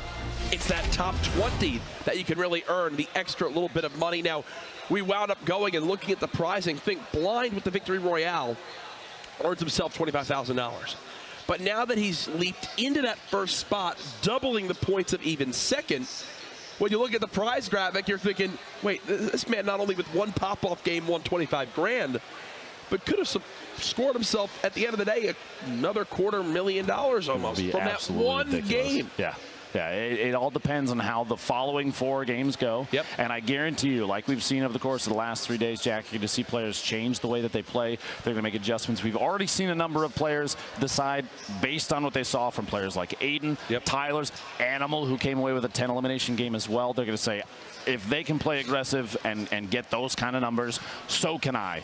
We've got fast edits, crazy accurate shots, and we have a bus loading up, Jack. It's almost time for game 3. 5 seconds. Here we go. We just saw a legendary Fortnite performance from C9 Blind.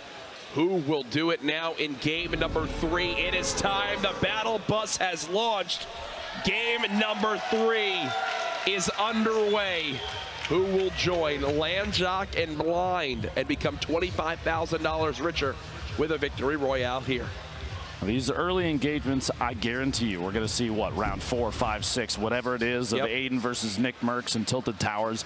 I almost wonder if one of them decides they don't want to face the other again. Maybe Nick Merckx. He's lost both thus far. And I'm going to guarantee you, though, the crowd here wants to see it again. I'd bet you anything in the world. Now, you have in the bottom right there our winner from last round, Cloud9's Blind, an excellent player.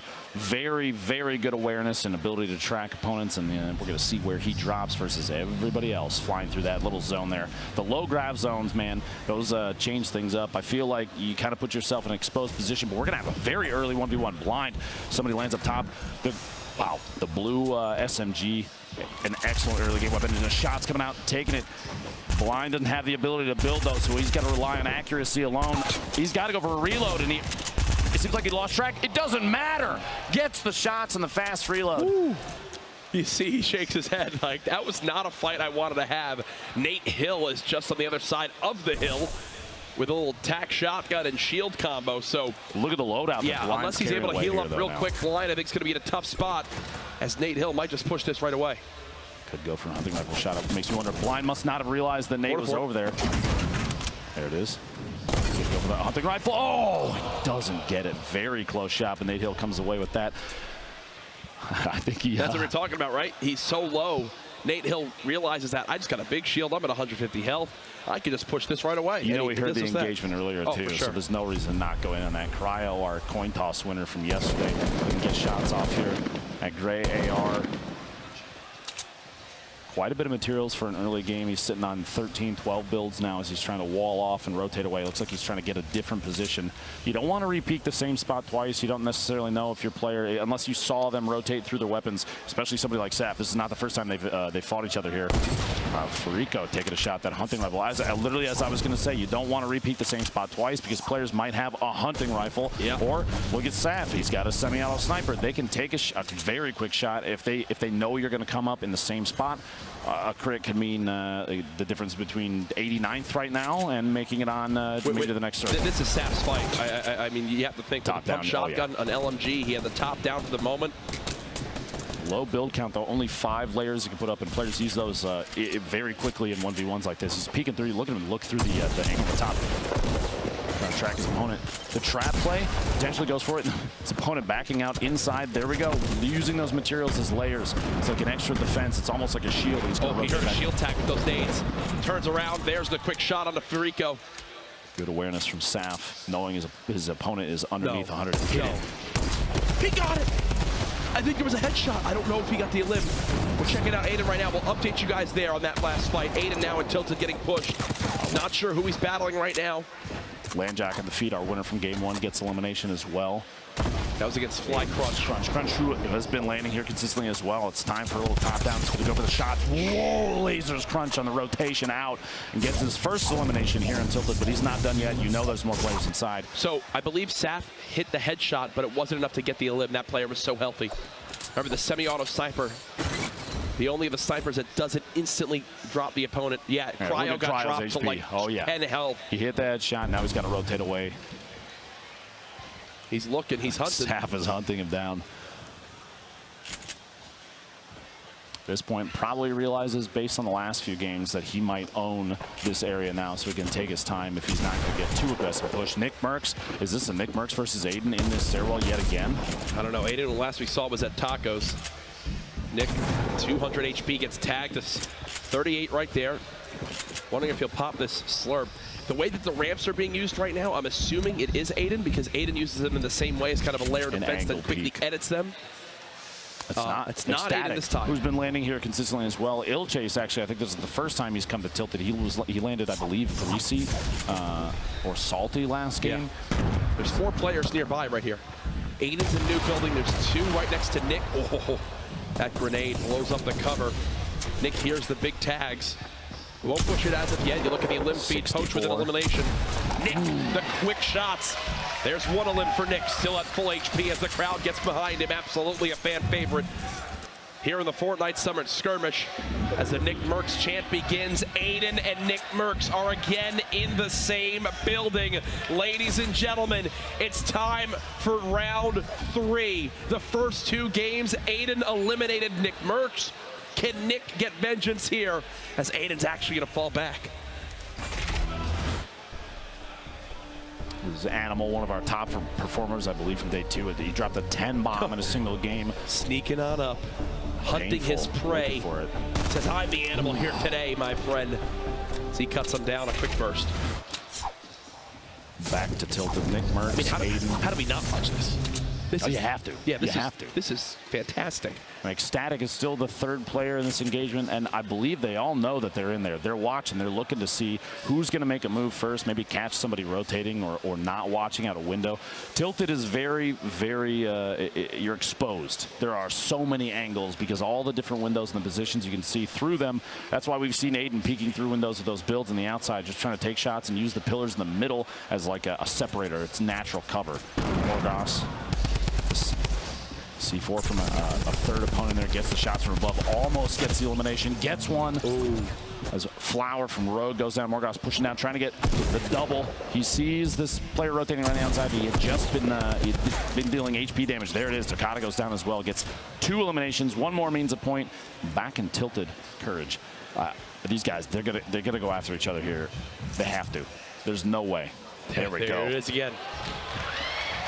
I mean, this is what it's all about, folks. Nick versus Aiden. Aiden 2, Nick 0 so far in the fights. I know Nick has family here watching, a lot of people this weekend wanting to see how he can perform. This is probably, Nick has had such a long competitive history in esports. This is probably the biggest tournament he's ever been in, and here it is, the battle again. We've seen this before. Here it goes, round number 3. Aiden peeking the corner. It's Nick building the ramps. Aiden getting the wall in front, just to trying to make sure he's covered and can have some quick edits on out. There's another close ramp. Expect a quick rotation on it. He's going to the footsteps. He knows Nick rotated up top. Yeah. Nick's got the high ground now, and I think he'll kind of reset to the top of this new building. There is still Ecstatic just standing still in the big gray building. If you don't move, they can't hear you, Jack. Both these players so healthy in this fight. The last time we saw Aiden versus Nick, it was Nick with only 100 HP. I believe there's a slight health advantage for Aiden at the moment. Probably about 10 HP difference. 14 HP, I think, is exact. But Nick is back in big gray, where there is still Ecstatic hiding behind one of these doors. You notice he hasn't even moved. He's barely turning and not even really weapon swapping. I think Ecstatic at this point knows that both Nick and Aiden are here. He's waiting for this fight to play out. And Nick, you see, he's looking around the corner. He's watching and saw the rotation. He's going to try and get a top-down surprise here. Maybe drop in the shotgun coming out. Shotgun and then swap to the dualies. You can hear him moving around underneath. The audio tracking these players. It's just... Ecstatic is close by Nick right now. He's like right behind one of these walls. Back over to Poach, though. We've got to show some love to the other players, too. Poach trying to build on up. Still a little bit of a fight. One player just below him right now. Mighty bank. I love this. Banking the frag grenades off the wall. They'll fall right at the bottom of the structure, and here comes the build battle. Poach trying to keep up. Actually gets pyramided by the opponent over his own build, and Povsy cuts down Landjock. That's Povsy's third elim of this game. Spray from that the blue drum gun, one of the most favored weapons we've seen in scrimmage, competitive games. Poach wants very this low. fight. Poach has got to push. Poach wants this He fight. knows. He's hunting right now. Poach for his second elim of the game. Can he break through this structure? Povsy just trying to heal with this campfire. Poach wants this player dead. Can he get the high ground? The pyramid blocked for the moment. He heard that sound of his opponent hitting the dirt down there. He knows he dropped all the way down. He's going to take advantage of that and drop in. He's going for the replace every single time, but Povsy's blocking it repeatedly. He's trying to put down the pyramids, the ceilings, anything to stop Poach from getting in and taking advantage of the low HP. And what that does is Poach still knows he has an opportunity to be aggressive. He knows Povsy must be missing a lot there. And the rotation out, it looks like. Povsy just ran on out. Wait, this was Nick Merckx. Low on HP, in a little bit of a fight. How does it end here? Ecstatic eliminating Nick. And you see, oh my God, the frustration there. We were saying Ecstatic was hiding in that build for so long. Nick Merckx with an early exit yet again. It looks like the player that Poach took shots at that was to his southeast might have been a third player in there. He catches the edit there, takes ownership of the ceiling and gets Povsy as he's trying to back out. Very patient from Povsy. You got to, sorry, from Poach there. Never went into Povsy's build. He knew he had time, and he still has the launch pad to get away. Like you said, Povsy did have 3 eliminations. That's a single point for him. Nice actually right now has 3 elims. Morgas has 3 elims, and Blue T has 3. That's a single point for each of them. Feel really good about that. Looking forward to the rest of the day. A number of players still alive. Saf, Poach, and Ecstatic all Jack might sitting just on died in 2. the zone. Jack might just died in the zone. No. There's Ranger the quick elim. Securing that elimination. We actually watched Ranger in his qualifiers do quite a bit of solid gatekeeping of the river. Yep. It's good to see him get in and He's got to get out of there, though. And still win as well. And it begins. The little structures, the little huts, the 1x1s. It has started. Minigun, though, being sprayed into Kayun, who's dropped all the way down to the side of this mountain. Dremen is close by as well. Who's that spraying? Babe Jesus, I believe, from Tempo Storm. Oh, nope. Rip to go. He's out of there. He wants to follow this up right away. He's going for it. Drops in. Not a whole lot of HP, but he's playing very aggressively. I think the thought is that Minigun would have torn through his opponent's materials, thinking he can't layer up against me anymore. So, a heavy shotgun right into the drum gun, that back and forth combo, and players like Vape Jesus are going to be really good at timing their shots on that. He can get the elimination if he pushes. He can catch this player unable to build. Replays, Bizzle, Wheats, J. Cuddy all It's hanging out north side of Fatal Fields, very populated. A lot of those angled stairs. Yeah, we've seen that before. When you see players do that, Jack, what are they doing with that? Well, basically, the way you're running, so you don't have to lose your momentum with your sprint. You angle the stairs to basically block the area that the shots are coming in from. You use it as cover. You're not having to awkwardly jump back and forth and swap and spin around. It's just kind of a clean way to build right across. It uses kind of the least amount of materials too. Aiden's still in this, going to bounce pad and try to follow up his opponent. That's Ecstatic, who actually eliminated Nick Merckx. I think Aiden say, hey, that's my job so far today. I want vengeance now, my friend, as he'll fall on down and reset the fight. Klinger is potentially pushing him out there. He's looking for a better opportunity and any materials. He's very low right now for this time in the game. 1:30 remaining before the next circle. He's going to go for his jump shot here, but his opponent, Ecstatic, walling off against him, just preemptively defending himself, knowing Aiden is very accurate at close, trying to get an angle. That little peek, look at the little hole he's trying to take shots through. Aiden might have to layer up the other side right now, but he's not going to. He's going to go for the shot and then block it off. Any sort of like, just take that single second, that millisecond almost, and get the shot. So you see Ecstatic, he knows the hole's still there, knows Aiden's still underneath. Just kind of pacing his engagement. Just the right timing is going to be key here. Here it comes. Aiden low materials pushing in the shot on Ecstatic, and Aiden gets the elimination. And that would have been for 3 limbs if Ecstatic could have gotten it. Aiden's still so healthy in this fight. One player just above. The quick edit out. Looks like Aiden's lost the high ground for now. Jukes out that he's going to break down the structure. The opponent drops Aiden with the elim. That's 3. That is 3. And what's this? A chug jug. Looks like at that point, Aiden started to build to defend. There might be another player pushing in. The FPS from CLG takes Tendons out just south of Salty Springs.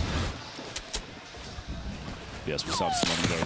Yeah, apparently secured his second elimination, 1 away from a single point, and he is sitting on quite a few spray weapons. There is an LMG, which you don't see too often, but players up close, that thing tears him up. He's got Blue T above him, who may not realize, but look at Blue T's materials. Over 2,000. He has so many builds. He's got a blue drum gun. Decent. Decent, to say the least. He's got the ability to rotate away now because he can just layer up as he backs up. He does have the rocket launcher. Explodes right now. Maybe not. I guess it's time to use them. Usually you see those saved for late games. They're very good at dropping structures, especially when the players are playing slow. Is he going for the trap? Oh, just lost the high ground at a moment's notice, and yeah, he immediately loses it, falls right back down. Not sure exactly who he's battling right here, down to just 39 HP, though, how quickly it all ends, and now he's in the low gravity zone. I believe that's Blue T's in a 1v1 against right now. Blue T's going around with the rotation. South side of the tree, using the tree as cover, misses the shot. He's got to defend right now, 6 HP. I think he knows the end is near. Blue T hunting his opponent. He might just die to the zone. He's got bandages, and it's not ticket for enough necessarily to beat it. If he popped the bandage early, you see it, yeah, FPS going for that bandage. Every little bit counts. Blue T saying, I'm waiting. I haven't seen you in the feed to the storm yet. The third player, somebody watching from a distance, taking shots. Nice gets Amon's in the feed. 20-meter snipe shot, very close range snipe shot. Blue T 3 eliminations, 39 players remaining, 20 seconds till the zone finishes. And it's going to be time to mix it up a little bit more. Goss right now sitting on 4 eliminations, Nice with 4 eliminations, Blue T at 3, Aiden at 3, Saf at 3. All 5 of those players still alive, and points for each of them. Posey. The FPS just lost to the storm, so there it goes. Blue T not able to get that elim. Is already at 3 though, so can't be too upset. Here's a look at your full scoreboard. A lot of players at the top still in this. As we say it, actually Nice gets dropped. You see live right there. But Aiden still at 3. His teammate is Saf still alive. Poach is at 2. Nate Hill is at 2. Some big names at the top of these scoreboards right now. Now, hopefully before too long, there's a number of players we haven't had our eyes on too much. Just the feed has been quiet with them. Players like Tifu, who I was literally about to say his name, and lo and behold, here we are. You got a top down on Kayun. Now, if he's been watching the feed from previous games, he's seen Kayun has eliminated a number of high caliber players with ease almost. Poach, Chap, a lot of big names. Replays as well. Replays, yeah, exactly. I would be concerned if you know you run into him. Quick little spray for Morgoth there. So many materials. And 4 limbs, 3 medkits. Morgos is everything you could ever ask for. You see, just on your screen alone, Bizzle, 72 hours, Chap. Here's replays at maxed HP.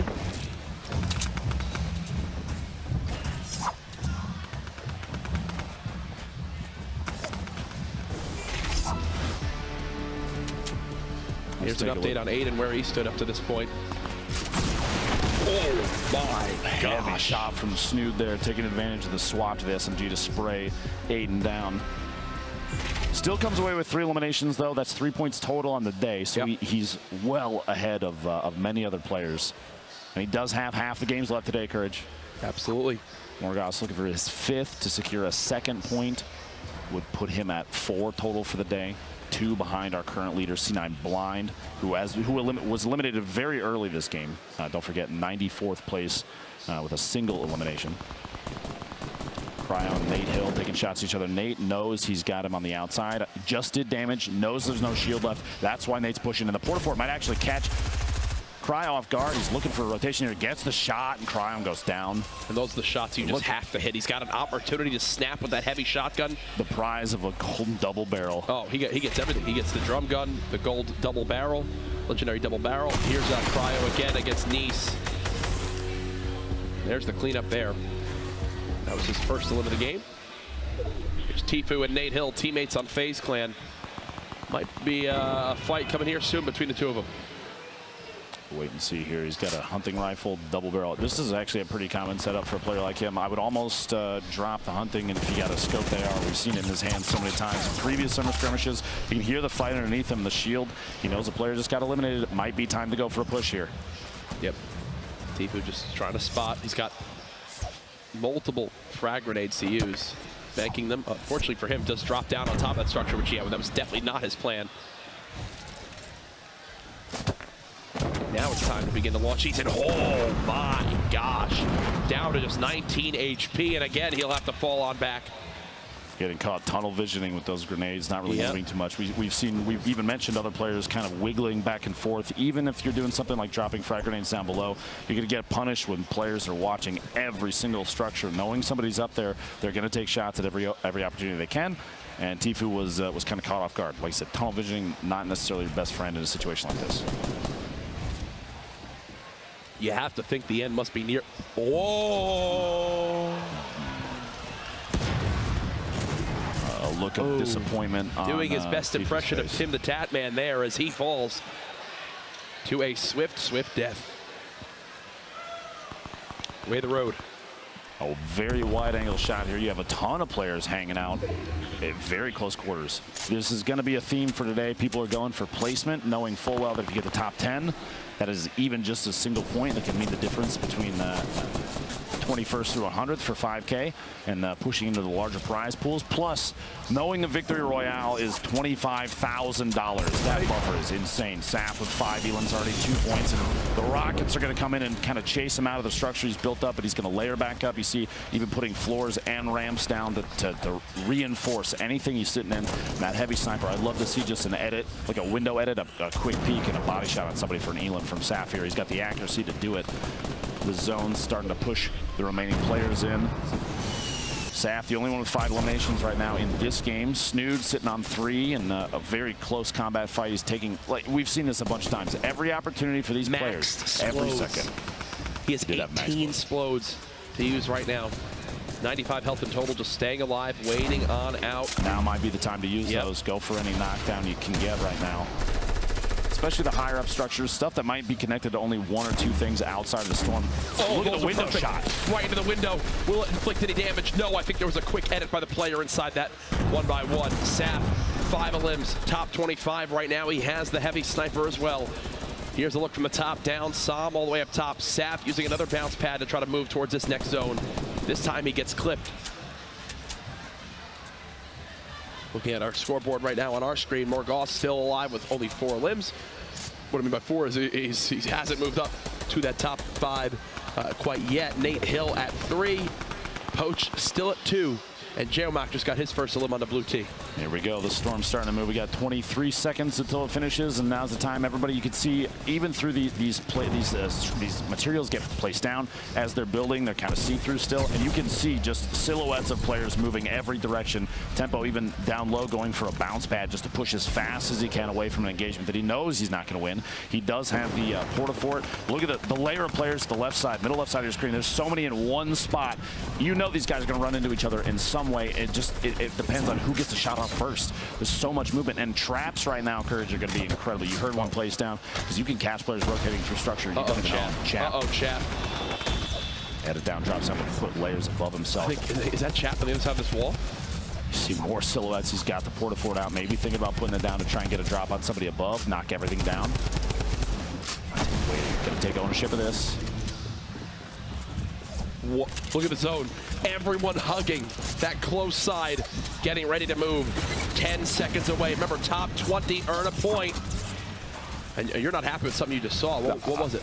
The ridiculousness of this position it's terrifying to think. Half of the players are going to go down, most likely during this rotation. And here we go. People flying through the air. Nate Hill getting laser, landing outside the zone, ticking, and that's going to be all she wrote for Nate. Too far into the storm, and takes literally all it took was 2 ticks. Yep. All it took was 2 ticks. Rip to go. Someone going to the high ground. I think Rex just got eliminated by a trap. You see Chap still with under 20 HP. Tempo with 2 elims. This could be the difference between 2 points and 0 right now. If he can make it to the top 10 or find the next elimination. Sam has not left this high ground at all. Only 1 rocket to his name. He's got to use this wisely. 13 players still left. Who will secure the victory royale and $25,000? Tempo's got nothing left right now. He's just hoping, Lupo, that he can make it in the top 10. A switch on over now to Ghost Fizzle.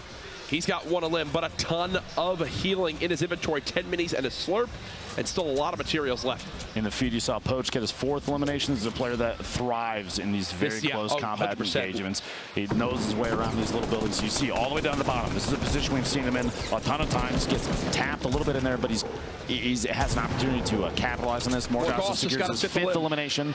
That's 2 points. Chad making a move, super low HP, and goes down on the move right there. That rotation is going to be tough. Everybody's moving simultaneously. 5 players left, Courage. 72 hours, eliminates base soldier. Geomac dies to the storm. Poach is out of materials. He can no longer build. He's hoping people have to drop on down. Morgoth now at 6 elims, 1 away from earning the 7th, which would be another point for him. You see he's on a low level near Poach. Poach will wind up trapping all these levels as people try to drop down towards him. 10 seconds until the zone begins to close. He's got bandages to work with, but it's going to come down to a heal up, I believe, ladies and gentlemen. Who will make it out on top? Poach trying to take matters into his own hands. The storm slowly closing. 19 seconds, 18 seconds, 17 seconds. The fight's just a layer above Poach. He cannot even build up. That's 72 hours. His teammate getting dropped. Morgoth trades the elim. That's his 7th. Morgoth has a med kit. Sam has nothing to heal with. They've made it to the top 3. Morgoth has a chance to have a 6-point game himself to match that of Blind. Who will out-heal the most? Morgoth with another med kit. Sam dropping on down, trying to spray. Morgoth in the 1v1. Will he get the perfect game? He does. Morgoth with the victory. And look at the hype. 7 elims and the victory royale. Back-to-back 6-point games. Blind, then Morgoth. And is he phasing up? All right, fine. I guess he's like, Banks, send over the contract. We see you. He's waiting. Send over the contract, please. Like you said, back-to-back 6-point games. So we only had 1 during the entirety of the heats of the qualifiers. Does the back of his sweatshirt say 1v1me playground? That is incredible.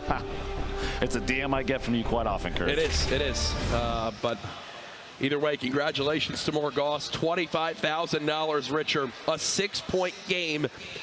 And I think that moves him up to the top spot today as well. Based on the previous 2 games, if I recall, he had 2 points. That makes a total of 8 for him over the course of 3 games. And we're only halfway done. We are only halfway done. But he's in an incredible spot. $25,000 richer as well. That's got to feel good. Most certainly, I can promise you that.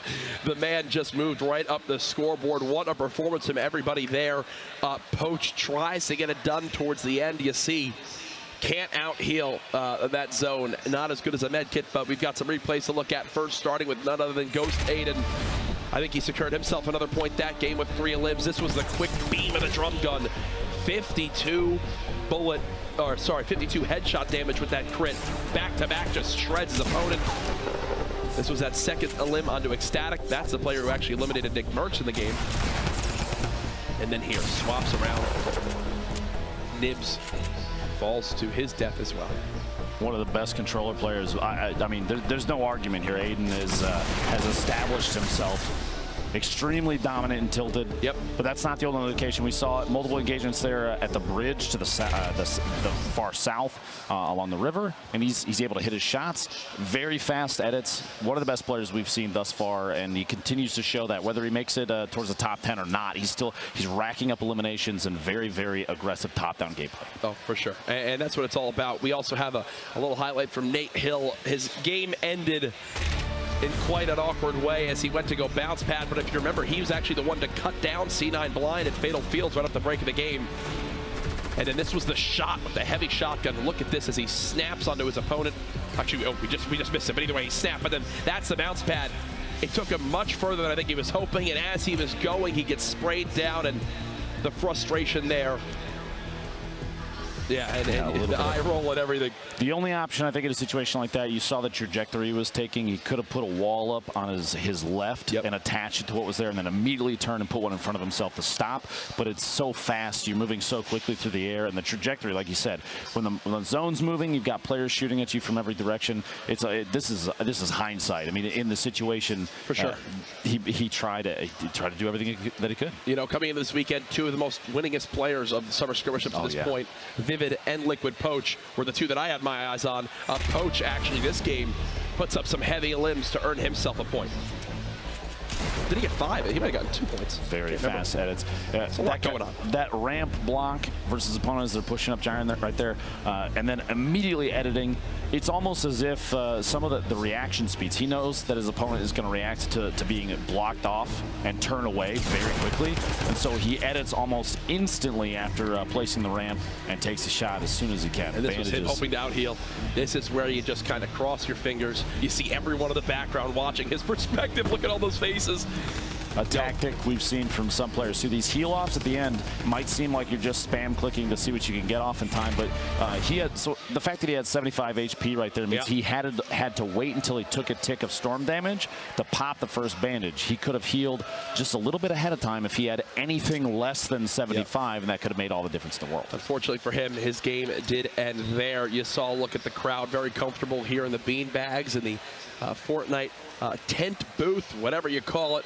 Either way, though, Morgoss, our new overall leader, I can confirm right now, just secured the Victory Royale, the full 6-point performance, $25,000 richer.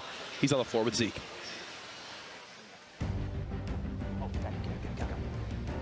He's trying to get the 4-1-1 on the new grappler item. Ladies and gentlemen, I'm here with Morgoss. Come on over, dude. I'm getting word you are now the overall leader. So not only do you get all the eliminations, you get the 6 points, the victory out, 25K, and the overall leader. Dude, how are you feeling? I'm shaking right now, honestly. I can't believe it. I mean, I've been practicing for 5-6 months now, and it's just a crazy feeling to finally pay off, you know? I mean, so what was practice like leading up to this? Was it just, you know, how many hours a day? What were you doing? Were you running scrims? Yeah, it's the professional scrims. It's probably around 10 to 12, maybe even 14 hours a day. But I think the biggest thing, the hardest part for me was sacrificing time with my family to practice and be the best. I mean, but obviously this paid off, right? Sure, you sacrificed time, but then you show the world, guys, I'm Morgoss. Hello, 25K here at finals. I mean, how do you think your family's feeling after watching you do this? They're crazy. They're crazy for it, I know. I wouldn't be here without them, for sure. They sent me out, they flew me. They've been supporting me for a few years now. It's a great feeling to finally make them proud, you know? Now, what do you got to say to all the new fans that you've just made around the world, dude? Phase up. Best of luck, Morgoss. We'll see you in the upcoming games. Courage, Lupo? They got it. They got it figured out. He might be doing well with in-game, but apparently still needs to learn how to have a handshake. 12 times the charm, Jack. Yeah. Takes a little while. It's okay. It's okay. You hear him, too, basically calling Banks out right now, saying phase up. No, he's going to keep plugging phase and get every opportunity. Time that he can. You guys have open rooms out there in Los Angeles. I'm trying to move it. I can appreciate the hunger. Well done. Oh, it's fine. They'll drop Cloaksy. It's okay. But either way, we've got our standings update for everybody at home. There you go. The man right there at the top, tying the Alimza blind, but he's got 2 more points. Nate Hill, frustrating into that last game, but he's still in third. Sap and Aiden, both top 8. Still Poach with that performance moves into the top 8 there as well. And Liquid Chap, top 10. You take a look, even the top 10 right here, 3 Ghost players representing Ghost Gaming. It's crazy to see how just recruiting for some of these teams, they're so good at it, spotting players that they know are going to perform well. They put on basically a clinic on how to perform in competitive games, and all these teams got to be feeling good about the placement right now. Now remember, 21st through 100th all get $5,000. It's the top 20 who then have those incremental, is that a word? Incremental? It is. Yeah, it is. Increases in how much they pay out. All eyes on that. Who will be in that 20th spot? Who will be able to earn some of those bigger numbers? We are just halfway done with the action. I've been looking at some of the numbers watching online. It is absurd, the support right now for the finale of the Summer Skirmish. Hashtag Summer Skirmish. Get involved in the conversation online. Halfway through today, thoughts so far of the matches we've seen? You're seeing players play much more reserved than they have the previous days. And the reason is, I mean, I can't blame them. There's $1.5 million in the line, and because leaderboard placement, top 10 is a point, they're going for that every single time. It is crazy how close together players are ending up. We've had some wide-angle shots of some of these areas that you lose count of how many people are stuck inside there, and I have a feeling we're going to see it again here in just a second, Jack, because the bus is prepping to launch. If you're here at PAX West, make some noise. Here we go. Game 4. Crowd getting behind it. You love to hear it. Here we go. Reminder, yes, through the qualifiers, we only played 4 games a night. Today, though, the grand final, we play 6. So there is still a ton of Fortnite action to come. Who will secure that top spot and walk away with the majority of that $1.5 million prize pool? There is our winner from Game 3. The perfect performance, 6 points to move all the way up that leaderboard. Morgos. Now, during his qualifier, a number of times we saw him at 2 eliminations and just outside of the top 10. We watched him at one point try and track down, I believe, 3 different players going for that elimination and couldn't secure it. So right now, showing up, getting all 6 points in a single game has got to be incredible. Dropping in on that blue suppressed SMG, getting a pump action shotgun, and he's got a player in front of him already. He's going to get aggressive. The taps from a distance, only 9 damage because of the damage drop off the SMG. It's definitely not an AR, but it's still put up numbers. Going to go for another push here, moving around the outside, and no materials, which means it's all about placement right now and trying to catch his opponent off guard. He's going to drop in and go for, you heard the chest open, gets the shot against the wall, but misses, but it still can secure the elimination on Takata. Very good up-close engagement. That's the type of fight that you need to take early on, which is why I think he's seeing so much success, right? He knows he's got the shotgun and the swap weapon, which already gives him the tools to win an up-close fight. Nick Merckx back and tilted. Only 2 great pistols, 158 HP. That's Gyron from Misfits just above him. Looks like Barnology is in the back right corner there. I believe that's the taco building. 3 great pistols. Cool. And a Nick green. Has 4 pistols right now on the ground. Did he just miss a shotgun? No, he left the pistol behind. In the corner there might have been a shotgun. He rotated past it pretty quickly. Going for the chest, though. Oh, no. Not bad, but he doesn't have a close-up weapon. Not really what he wants right now. Misfits looking for him. Going to track him on the outside. This is going to be tough. He's got the remote explosives. He wants this fight at the moment. He hears the fences being opened, and Aiden is still kind of hunting in Big Red with full HP. I would almost bet if Gyron can get this boogie bomb off on his opponent, if he tracks Nick Merckx down, he's going to drop the C4 right on top of him and pop it at the same time. No, Nick's got to keep just disengaging until he finds a better weapon. There you go. There we go. He's got something now. Oh, there's a blue pump right there, too. So he'll get the max health with that slurp. People still nearby. Anything good from the chest? We'll see later on.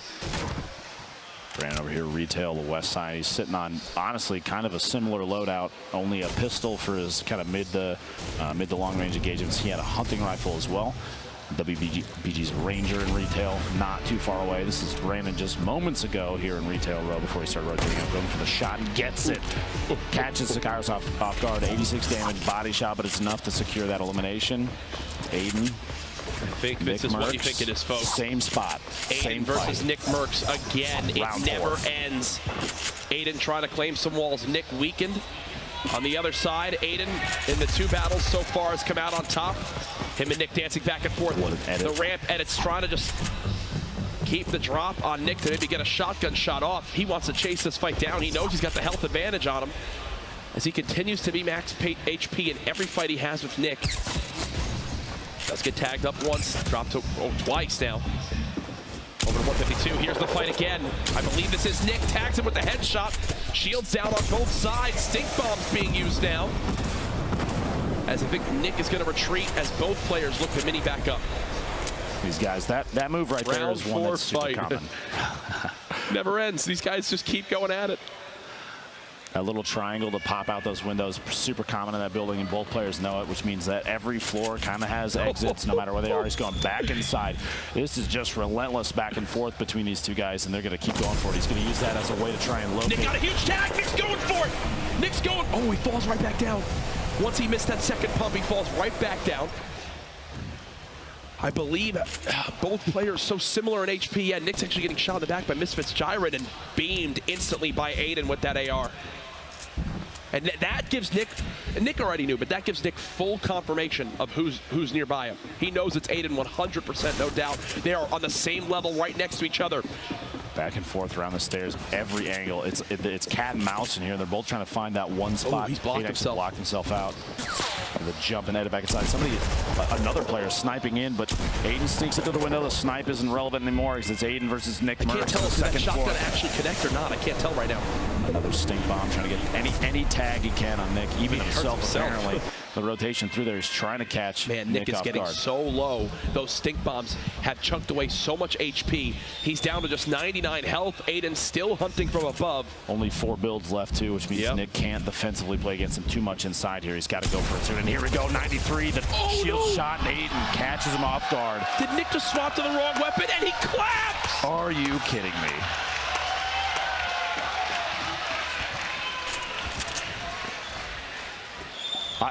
I don't know what to say here, Courage. Look at this 3-0, baby. I hear from the crowd as Aiden has yet to lose a fight versus Nick. And you thought Nick had the full advantage, but it looked like he messed up his swap or something because he just stood there and Aiden said, hey, friend, good stuff. But unfortunately, we've had 3 battles and I've won every single one. Rangers still back over here at retail. It's a wide angle shot in your top right just to kind of show you where these players are against each other, what Ranger has in front of him. And there's quite a bit of built up structure here. We'll have to find out if he has ownership of a lot of this or not. He doesn't necessarily know. You saw he was looking all the way up top trying to track Brandon, thinking he's top of that wooden 1x1, but potentially little does he know Brandon dropped down already. He's going to keep checking, taking shots in, just kind of trying to, it's like trying to flash a flashlight over some bugs, get him to run out from the structure, see if we can watch Brandon on the move. Maybe doesn't realize here at Retail Row, Psalm is also on the far east side of the blacktop buildings, the stores. Ranger go for any materials he can, even on the move here. Might be mid-engagement, but it doesn't necessarily matter. Now blind, Tfue, look at this 1v1. Shots from Tfue, gets a couple accurate ones in the long range double barrel, 7 HP remaining. He's got bandages to patch up. Sigh of relief, I think. Solid 1v1. Aiden right now, by the way, the only player in this game with more than 1 elim. He's sitting on 2. A score of 3 total over the course of the day today. Tyler is someone we've seen put on a good show in the past. We interviewed earlier today, and he's had a few rough rounds and hoping here, southwest side of Shifty, he can make some plays. Flower in the feed, getting Reigns knocked down back to Aiden and tilted. Looking for his 3rd elimination, Courage. Maybe tracking Coop Train on the rotation out there next to Loot Lake. All the materials he can gather. He's not sitting on a whole ton either. Is this a fight A push outside. This is the far southeast corner past Paradise. Rifts actually spawn basically off the cliff out here, and players will use that as a way to rotate back into the zone if they're forced to. Flower, by the way, picking up his second elim. Another player now at 2 eliminations. Cryo and Top Boy flying past each other, almost like a synchronized swim maneuver there. Morgos picking up an elimination. Our winner last round on Jack. The Top Boy gets the shot on Cryo. Both low HP. And a Klinger actually would have eliminated Top Boy right there if he stuck him once, but couldn't actually connect. This is STDX Vide. Close range, build fight there. Triz tries to go for the quick edit, but not able to snap fast enough. Nate Hill in the elimination feed again with another elim. He's already top 5 today. Rogue 00 Flower, our first player this game to reach 3 eliminations. He was already, I think, top 12 in the scoreboard of standings as well. Prodigy Aces looking for a shot. Those little boxes. Put himself inside a shack. Whoever his opponent is over there. Aiden back here still untilted. Gets the shot and takes another elimination. That's number 3 for the game. Puts him at a single point. This one. A stack on top, that puts him at 4 total for the day. Nate Hill also tied at 4 points total for the day thus far. Like tempo here. Gonna make some moves. Low HP, barely any shield. He's got bandages. He's gonna take an opportunity while his opponent here, Boyer, isn't necessarily pushing. XD.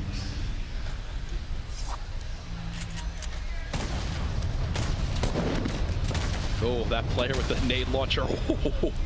Almost just eating explosion there, yeah. He's right next to the cube, which means shield is actually getting added to him. But his opponent, Turkeylips up top, knows if you shoot the cube, it lashes back out at whoever is closest. Yes. Turkeylips knows his opponent is sitting right on top of it, so if he shoots it, even though he's the one dealing damage, the cube is going to lash out at the player basically sitting on top of him. Again, when they're near it, they're gaining some shield.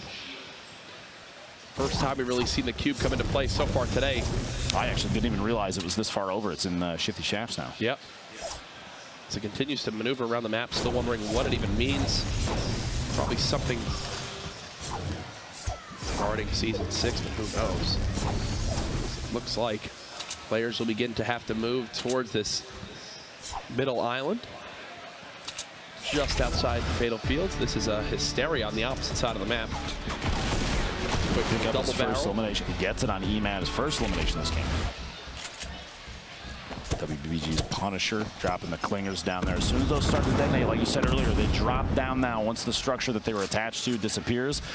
Previously, they used to instantly explode. You'd see players throw the clingers at like a wall that they see someone hiding behind, shoot the wall out, and then it would instantly detonate. Not anymore. They drop down like gravity's pulling them down. He's looking for shots. Actually gets the elimination on Rogue's 00 Flower inside this box. Picks up all the loot. There's a handful of medkits in there. Yeah, look at his materials. Hopefully he grabs the 3rd medkit. Maybe he didn't realize that there was one sitting there. He's only carrying 2 Max currently. wood, max brick, 800 metal is what he currently had. Aiden, another engagement. He's got to move forward. Bounce pad, go for it. He missed the build. Going for the bounce pad play to fly across. Almost perfectly. Are you kidding me? And he actually gets the little benefit of the boost. He's going to land right on his opponent. He wants to keep the pressure on. That box inside, though, he's going to have to smash his way out. Nobody owns these walls, so he's got to take an opportunity to melee those down. Gets caught underneath his own surface. Looks like he tried to build the floor and jump up. He almost went for the edit. Didn't get it off in time. Goes for the edit on that outside wall. He's starting to drop down underneath. Probably heard the rockets coming and reacted, thinking they're headed towards him no matter what, so it's time to build away. Trying to edit his way out. Change the angle against his opponent. Always kind of mix it up. You never want to repeat it. This is a good example of that. Goes for the shot in. A little clip in the shotgun. The LMG, a 52 in there, and gets the elimination on Kutrain. The crowd going wild here. 40 HP. Player 3 is into the match. 9 HP remaining, and Mars Cities gets the elim and stops Aiden from hitting 5 elims. That would have been 2 points, but only 1 this game. Finally gets shut down. What a build performance right there. Boltnaga throws a stink bomb in. And that one is smelling as Tyler's just dies to it right away. That, by the way, is our 2nd elimination over the course of the entire weekend. Week 8 of Summer Skirmish. 2nd elimination to stink bombs. I saw a stat online earlier. I said that 1 happened, I believe, in day 2 qualifiers. X's replays kind of bouncing back and forth next to each other. Spots, Bizzle rotating into the safe zone.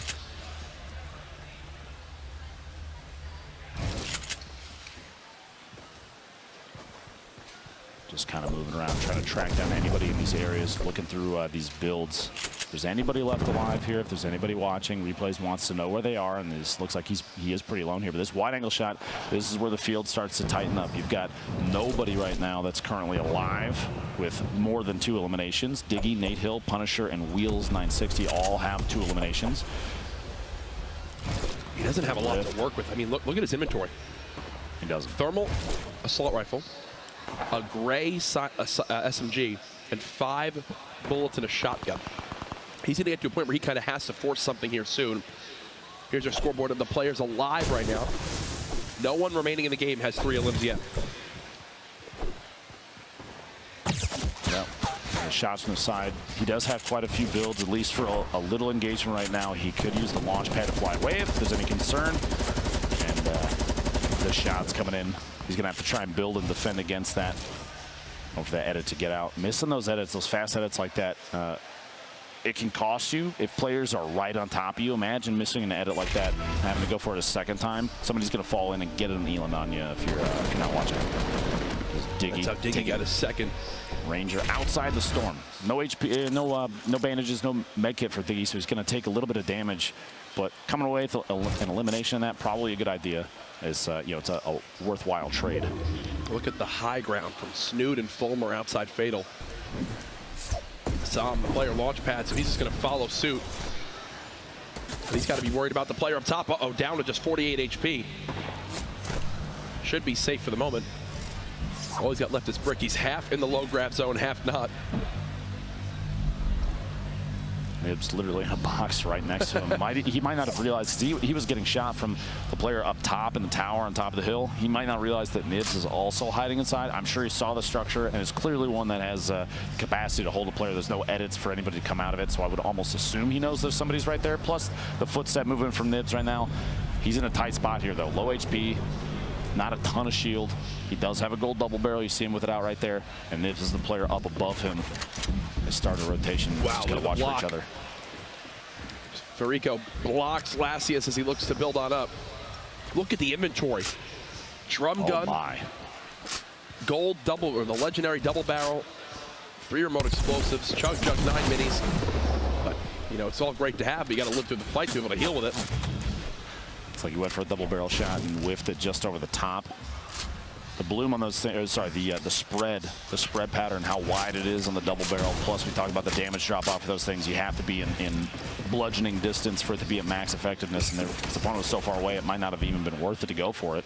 Jeez, listen to the build speed from Haste Farico. Steele, he's been shot by 3 or 4 players that aren't involved in this direct close fight. I guarantee you he wishes he had the time to get that chug jug off, but all he has is time. His opponent underneath trying to pickaxe his way up through, gets the build, still owned that staircase. Lassius pays the price, gets caught off guard as the edit drop down. Quick double barrel shot. That thing in the same box, man. That thing's lethal. That's a huge moment because that gives him the ability now to chug jug, assuming he's going to pick up that heavy sniper rifle. No real updates from Sam yet as he just is trying to stay hidden with how little health he has. Prodigy Ace is yet to get an elim this game. He's top 43. You see Animal, I believe, in the webcam there on the right side watching from the side. Looks like he must have been eliminated earlier. I love how the players, they want to see everything that happens, so they'll watch every PLP they can. I mean, they're all so passionate about this game for a lot of these players involved. And I mean, you and I, this game's changed our lives. So you get involved here and you want to soak in it all and just enjoy the event. A look at our last real place of interest involved in the map is Fatal Fields. Nate Hill, 3rd elim here would give him another point, and almost went for it. By the way, you mentioned the 3rd elim for point. Punisher right now, the only one still left alive. Hit the shot. Look at his reaction. No way, he says, as that player who is just in his sights soars on out. Nate, is this going to happen twice in a row? Gotta know he's going to go for it. Whiffs the shot there, tags some shields. He's only got 57 HP. Can't get the elim as well. The tree was weak. No follow-up. He's going to chase it. I think he's going to go for it. He's risking the game on this. He's hungry for that 3rd elimination. Securing a point would be pretty big. This would be point number 5 for him on the day. He gets control of the wall. His opponent building up the edit coming out the top. He's trying to get a top down on Nate. can't hit the shot. Could not track Hysteria on the way down. 85 HP. Could have been a one shot from that heavy shotgun, but not enough. Missing the shot cost him that one. And the option there, Courage, you think going for it to try and get that third elim for a point was a good call? He wasn't sitting too high on HP. Maybe playing a little more secure and wait for your time to strike on somebody that isn't paying attention was a better call. I don't mind it right there. You know, it's one of those things where everyone assumes the player's going to be so passive. He was hoping to maybe catch Hysteria off guard. It's also, he had no safe place to really go to. Everyone else was already set up and secured in the new zone. Marcity's just got blown up by remote explosives. That was Rico. Horrify is actually sitting underneath. Yeah, he's not even moving. Horrify is right underneath Turkey Lips. And he's just chilling for the moment. Here's Poach, his first limb of the game. He'll get a slurp juice off that, which will put him at maxed health. It's the perfect item to get. Punisher, replays, and Cease also nearby. 60 seconds left before the first time the circle's going to move. 30 players left on the field, so we've had far more players eliminated early this game compared to even the first and the second, which means this won't be as tight, as chaotic of a circle move, but it's still going to be crazy. 30 people left. There are 29 now. In this size of a zone is rough. Hysteria in your feed there, getting another elim there. That puts him at 3, which is a point. That's his second on the day. Farigo has 4 eliminations, leading the players that are still alive in this game, which is 1 point for him. Punisher with 3 as well. Nobody else alive besides those 3 has 3 eliminations or more. Strugs keeping the high ground. Punisher inching closer and closer to safety in this next zone. You see on the minimap, basically 1 block away. That'll probably put him as safe. He wants to claim all these walls. There can be no quick edit ins from his opponent. And he's still got 600 plus medals, so he's more than happy to do this. Is this ending in the low gravity zone? I think this is ending in the low gravity zone. I believe it's about to push that way. This is going to change how this entire final circle plays. Players are going to have to be careful when they jump in this thing. You float much higher than typically you'd be used to, which means people that are going for shots on you while you're in the air, it's going to happen a lot.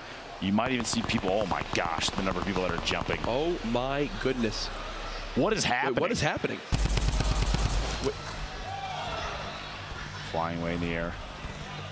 One of them's a shot. Wait, what is happening? It looks like while they're in the zone, they're getting pushed up in the air. I've seen this a little bit online. Wait, what is happening? The rune now flies you around? Even they don't know what to do. Look at this. What is going on? It's just floating them up and down. Diggy in the feet didn't stick the landing, a 22-meter drop. You see them, they're going for literally anything. Players might try and catch themselves with builds. Okay, no matter what, this is hysterical. Hysteria going down on the feed. People are just taking SMG and rifle shots while flying through the air right now. Wait, so is this how this low gravity field now works? I've seen this a couple times, like videos on Twitter and stuff. Do you activate this? I don't know if this is... What is happening? He's trying to box himself in. There you go. Okay. Catches himself. He's. you see him put his hands up. What is this zone right now?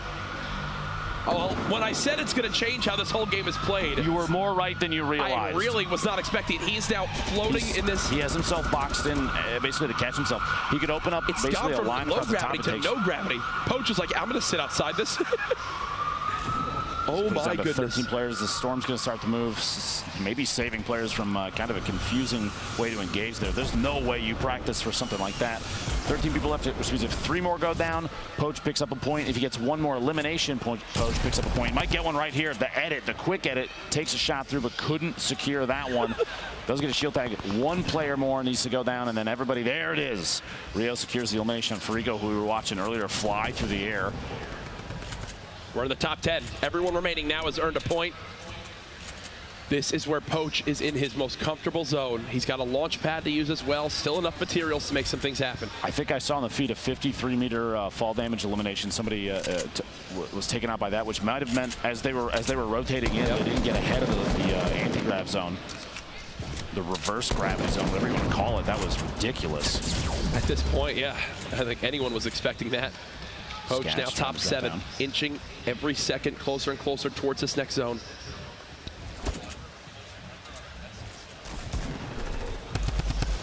Poach taking shots out, trying to do anything he can just to try and get a tap here.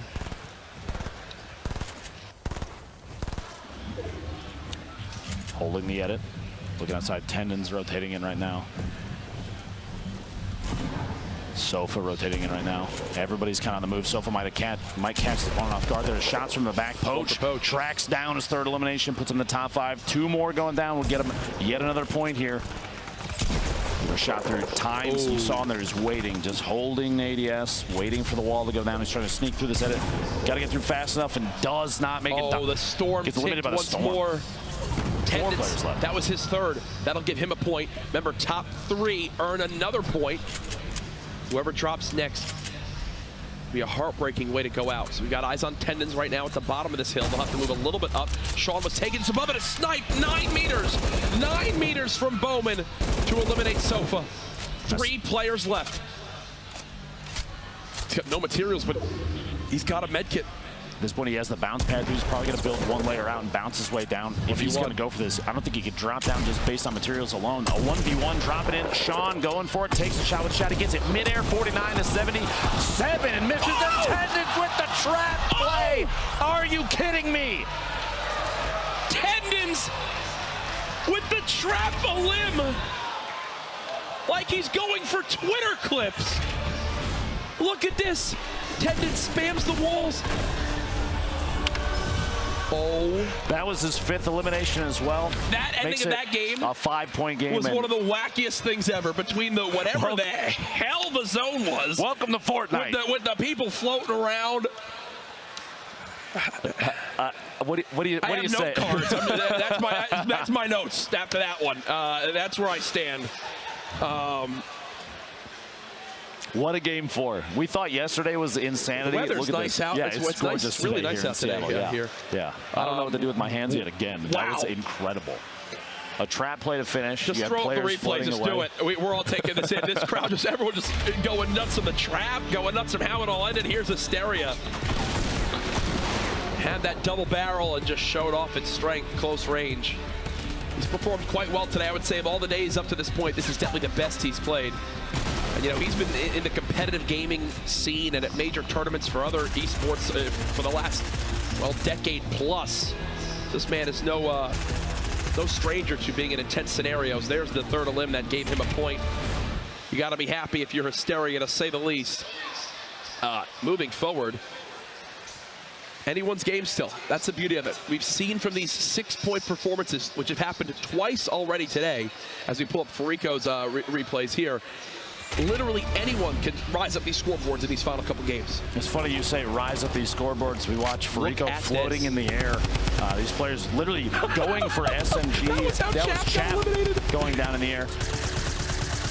Swapping weapons, just going for replays, anything they can while they're up close on top of each other. He actually got multiple. It takes Horrify out as well as how he got to 6. Oh my gosh. Dropping rockets, he sees players boxing themselves up, but at that point, if anybody has secured themselves kind of a chamber to sit inside, they can just take shots at him as he's flying. But what, Jack, what happened? I need to hear from... Did that just get updated to the game? I know it always happens. Our winner at the end, Tendons, we'll see it again.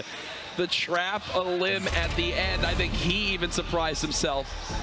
There was a point in time when players first started to get used to boxing each other in, maybe early in season 1 and 2, where they were going for these YouTube clip kind of plays where they put the walls down and trap them in. He does it in the middle, literally in the middle of the final week of Summer Skirmish. That was 5th elim too, so that actually put him at a 5-point game by himself right there. Not the full 6, but still, if you're Tendons right now, you just put yourself in a great spot to win a lot of prize money today. Oh yeah. He's got to be feeling, like you said, $25,000 just for that win alone. Yep. And probably a solid high five for a trap elimination to win the game, to be honest. You don't win any extra money for that. But I believe we have Zeke. Oh, this is beautiful. This is going to be incredible. Zeke has Aiden and Nick Merckx. Hey. All you, Zeke. I mean, you guys, were you get tilted? You want to see Aiden and Nick Merckx? Well, I mean, gentlemen. I mean, hey, I've got him. So, guys, let's talk. Tilted Towers. What's going on? We'll start with you, Nick. We got some spicy fights going on right now. The first one, I didn't put up too much of a fight. He had a great right-hand peek on me. The second one, I swear I thought I hit him for 500 health. El Taños over here, the limited time game thing. he had so much health. I kept cracking him and cracking him and cracking him. And then that last one, those poison nades you threw on top of me, just, man, again and again and again. But it's been good. This is the first time I feel like I've just been really pressured and tilted. It's going his way right now. But yo, I still got more, and I'm gonna give him my best. You know? What about you? Dude, they've been close fights. First one, was a tricky window shot. Second one, he got me at like under 10 health, something like that. I was like, oh my gosh, this is a PC player. This guy's nuts. He was shooting me through the windows, everything. I was like, dude, I'm definitely dead. And I kept getting chests. I got like slurps and everything to keep me alive. So then the third one, it was tricky. And we were in Nick's towers, and I had a couple gas grenades, to make him move around. So we're having good fights, man. We got 2 more games. I'm sure we'll meet each other again. Towers today, but hey, I'm gonna try to take him back. All right, I'm trying to take him back. Yo, I hit you for 500, man. I'm telling you, I counted it. I'm no mathematician, but I got him for 500. He just kept staying alive, man. So I mean, is it fair to say you guys are gonna keep landing tilted? I mean, yeah. We already know, man. Yeah. All right, so who do you? We got 2 more games. So I mean, is it going to be you two? Is it going to be you two? Is it going to be 1-1? What do you guys think? Dude, truly, man, these fights are long. There's a lot of ins and outs. I guess it's just who plays better, who's quicker to the punch. He's really aggressive, But if he falls into my trap, it should work, What about you? I think he's going to get me a game. I like to just, get the mats quick and just rush him before he can get what he likes. And yeah, I'm going to just keep putting the pressure on him. I mean, and the final question I want to ask you guys are playing on controller, and you guys are showing up everyone. Do you guys have any tips, any words you'd like to say? No, man, I'm super happy to be here. I feel that it's a very unique and cool thing that him and I get to compete against PC guys and stuff and kind of put on for an entire community that I know I care a lot about. I'm sure you do as well. And we're both doing very well today, especially you. Just keep on carrying the torch, and thanks for having me. Thanks for having me.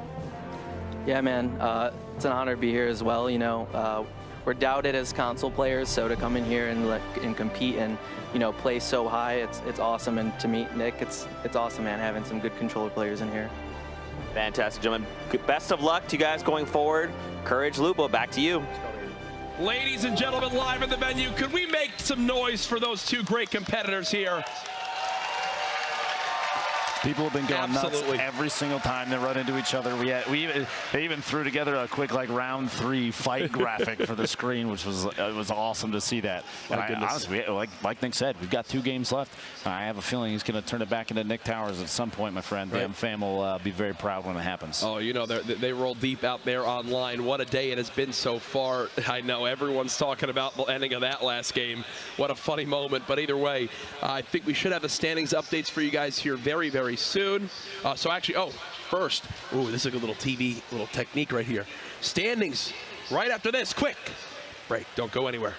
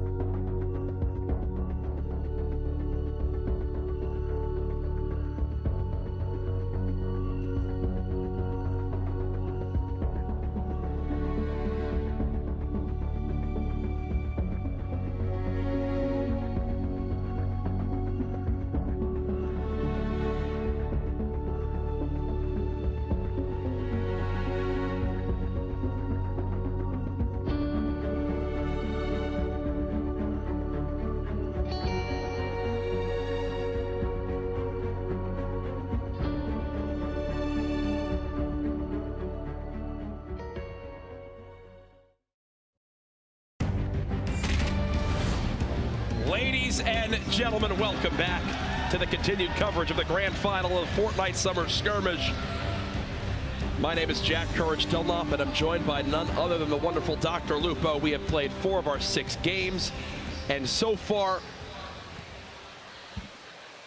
things have been crazy. We've seen some insanity, Jack, and we got 2 games left. It's not even close to done yet. Yes. $1.5 million on the line. Players starting to establish pretty significant leads in terms of points, even eliminations. We've seen aggressive gameplay. We've seen people playing very secure. We've seen, honestly, some of the fastest edits and replacements of materials to just make windows and take shots at people that I've ever seen. Yep. The number of players that we've seen people flying now, which is insanity. And I mean, this is Fortnite. This is one of the things that drives excitement for a lot of players is just how aggressive people can play a game that is so open to so many players. I feel like everybody plays it. No, everybody plays it. For sure. Everyone knows what it is. Everyone plays it now. It's a quick update for you all at home. I know that last game was absolutely crazy from top to bottom. We have some a little message to share. So all Fortnite competitions are played on a live server environment. Players last game were in an anti-gravity zone. The anti-gravity zones have been disabled for the rest of the competition today. So in games 5 and 6, we won't be flying around nearly as much. It was exciting to watch. Don't get me wrong, and we both kind of didn't know it. You threw a card in the air, and no one got hit by it. Exactly, no one, not even remotely. Can't prove it. It's not anywhere on the internet. But for the following 2 games, the last 2, Game 5, Game 6, that stuff, like you said, it's off on the ground. Jack, you said before, stick around till after the break for the standings. Well, guess what? We've got them. Boom. Let's take a look. Let's see where we stack up after 4 games. Morgoth's in that beautiful top spot. 12 elims, 8 points, feeling darn good. Tendon's last game, though, with the elims, which was nuts, and then you see Liquid Poach actually moving to that 4th spot. Now, Morgoth's, like you said, the leader there with 8 points, but there's a number of players very close on his tail. We have a ton of people here with 3 or more, even 2. Boyer down there in the 16th slot. A lot of high elimination count. We already have multiple players, 4 players with double-digit eliminations, but that's not all. Here's your 17th through 32nd. Tons of players. We've seen Kayum putting on a good show, taking out a lot of big-name players, people you've seen all over the place in Summer Skirmish the prior 7 weeks, even the last 3 days, and he's starting to assert some dominance. Punisher here starting 33rd. And all these players, it is terrifying to see the list of names here. And you have to remember, too, we've seen already multiple people in the grand finals drop 6 points in a single match. That means, I mean, the leader's at 8. Anybody can catch up. Anybody, nobody's safe. It's absolutely crazy. $1.5 million on the line, 21st through 100th. All take home $5,000. So the top 20 obviously see that leap in prize money. That's going to be kind of our thing we look at. Another thing to keep in mind, a victory royale is $25,000. I saw Cypher actually tweet out and say that was a $25,000 trap elimination. Yeah. And that's exactly what it was. It's absolutely wild. Now we're just getting word in. There's actually an additional change on top of what Courage mentioned earlier. The anti-gravity zones being disabled. Are you strapped in? Ladies and gentlemen, do we want another announcement? I think we could give another announcement to the folks at home. We are adding a 7th game to today now, so everything stands and we get even more Fortnite action. The day keeps on going, and the 7th game will also have the additional $25,000 prize for Victory Royale. The insanity so this day of the just keeps getting better and better, not done folks. yet, Jack. I'm loving this right now. I might miss my flight later. I don't even care. Let's keep having a good time. 3 games left now. We're going to roll into Game 5 before too long here. But 3 games. That's, like you said, an additional $25,000. Yep. I think anybody that might have been confused, thrown off by the players flying through the air, like we were. No, I mean, you saw it on our faces. That was crazy. They get another shot. Game 7 is going to come up at the end of today. What a way to go out today, too, man. I'm loving this, man. The storylines keep building. The interview with Aiden and Nick Merckx was hysterical. A lot of respect from them. It's a rivalry you love to see. Everybody here loves to see it, too, right? Sure. Can we make some noise for these gentlemen? They've been getting into it as well. It's been awesome to watch. Definitely becoming fan favorites, players making a name for themselves. This is absolutely the biggest spectacle at PAX West this weekend. A fully at capacity Fortnite booth with the grand finals of the Summer Skirmish. obviously, this is like just the beginning for Fortnite competition and what's to come. I can't wait for more announcements.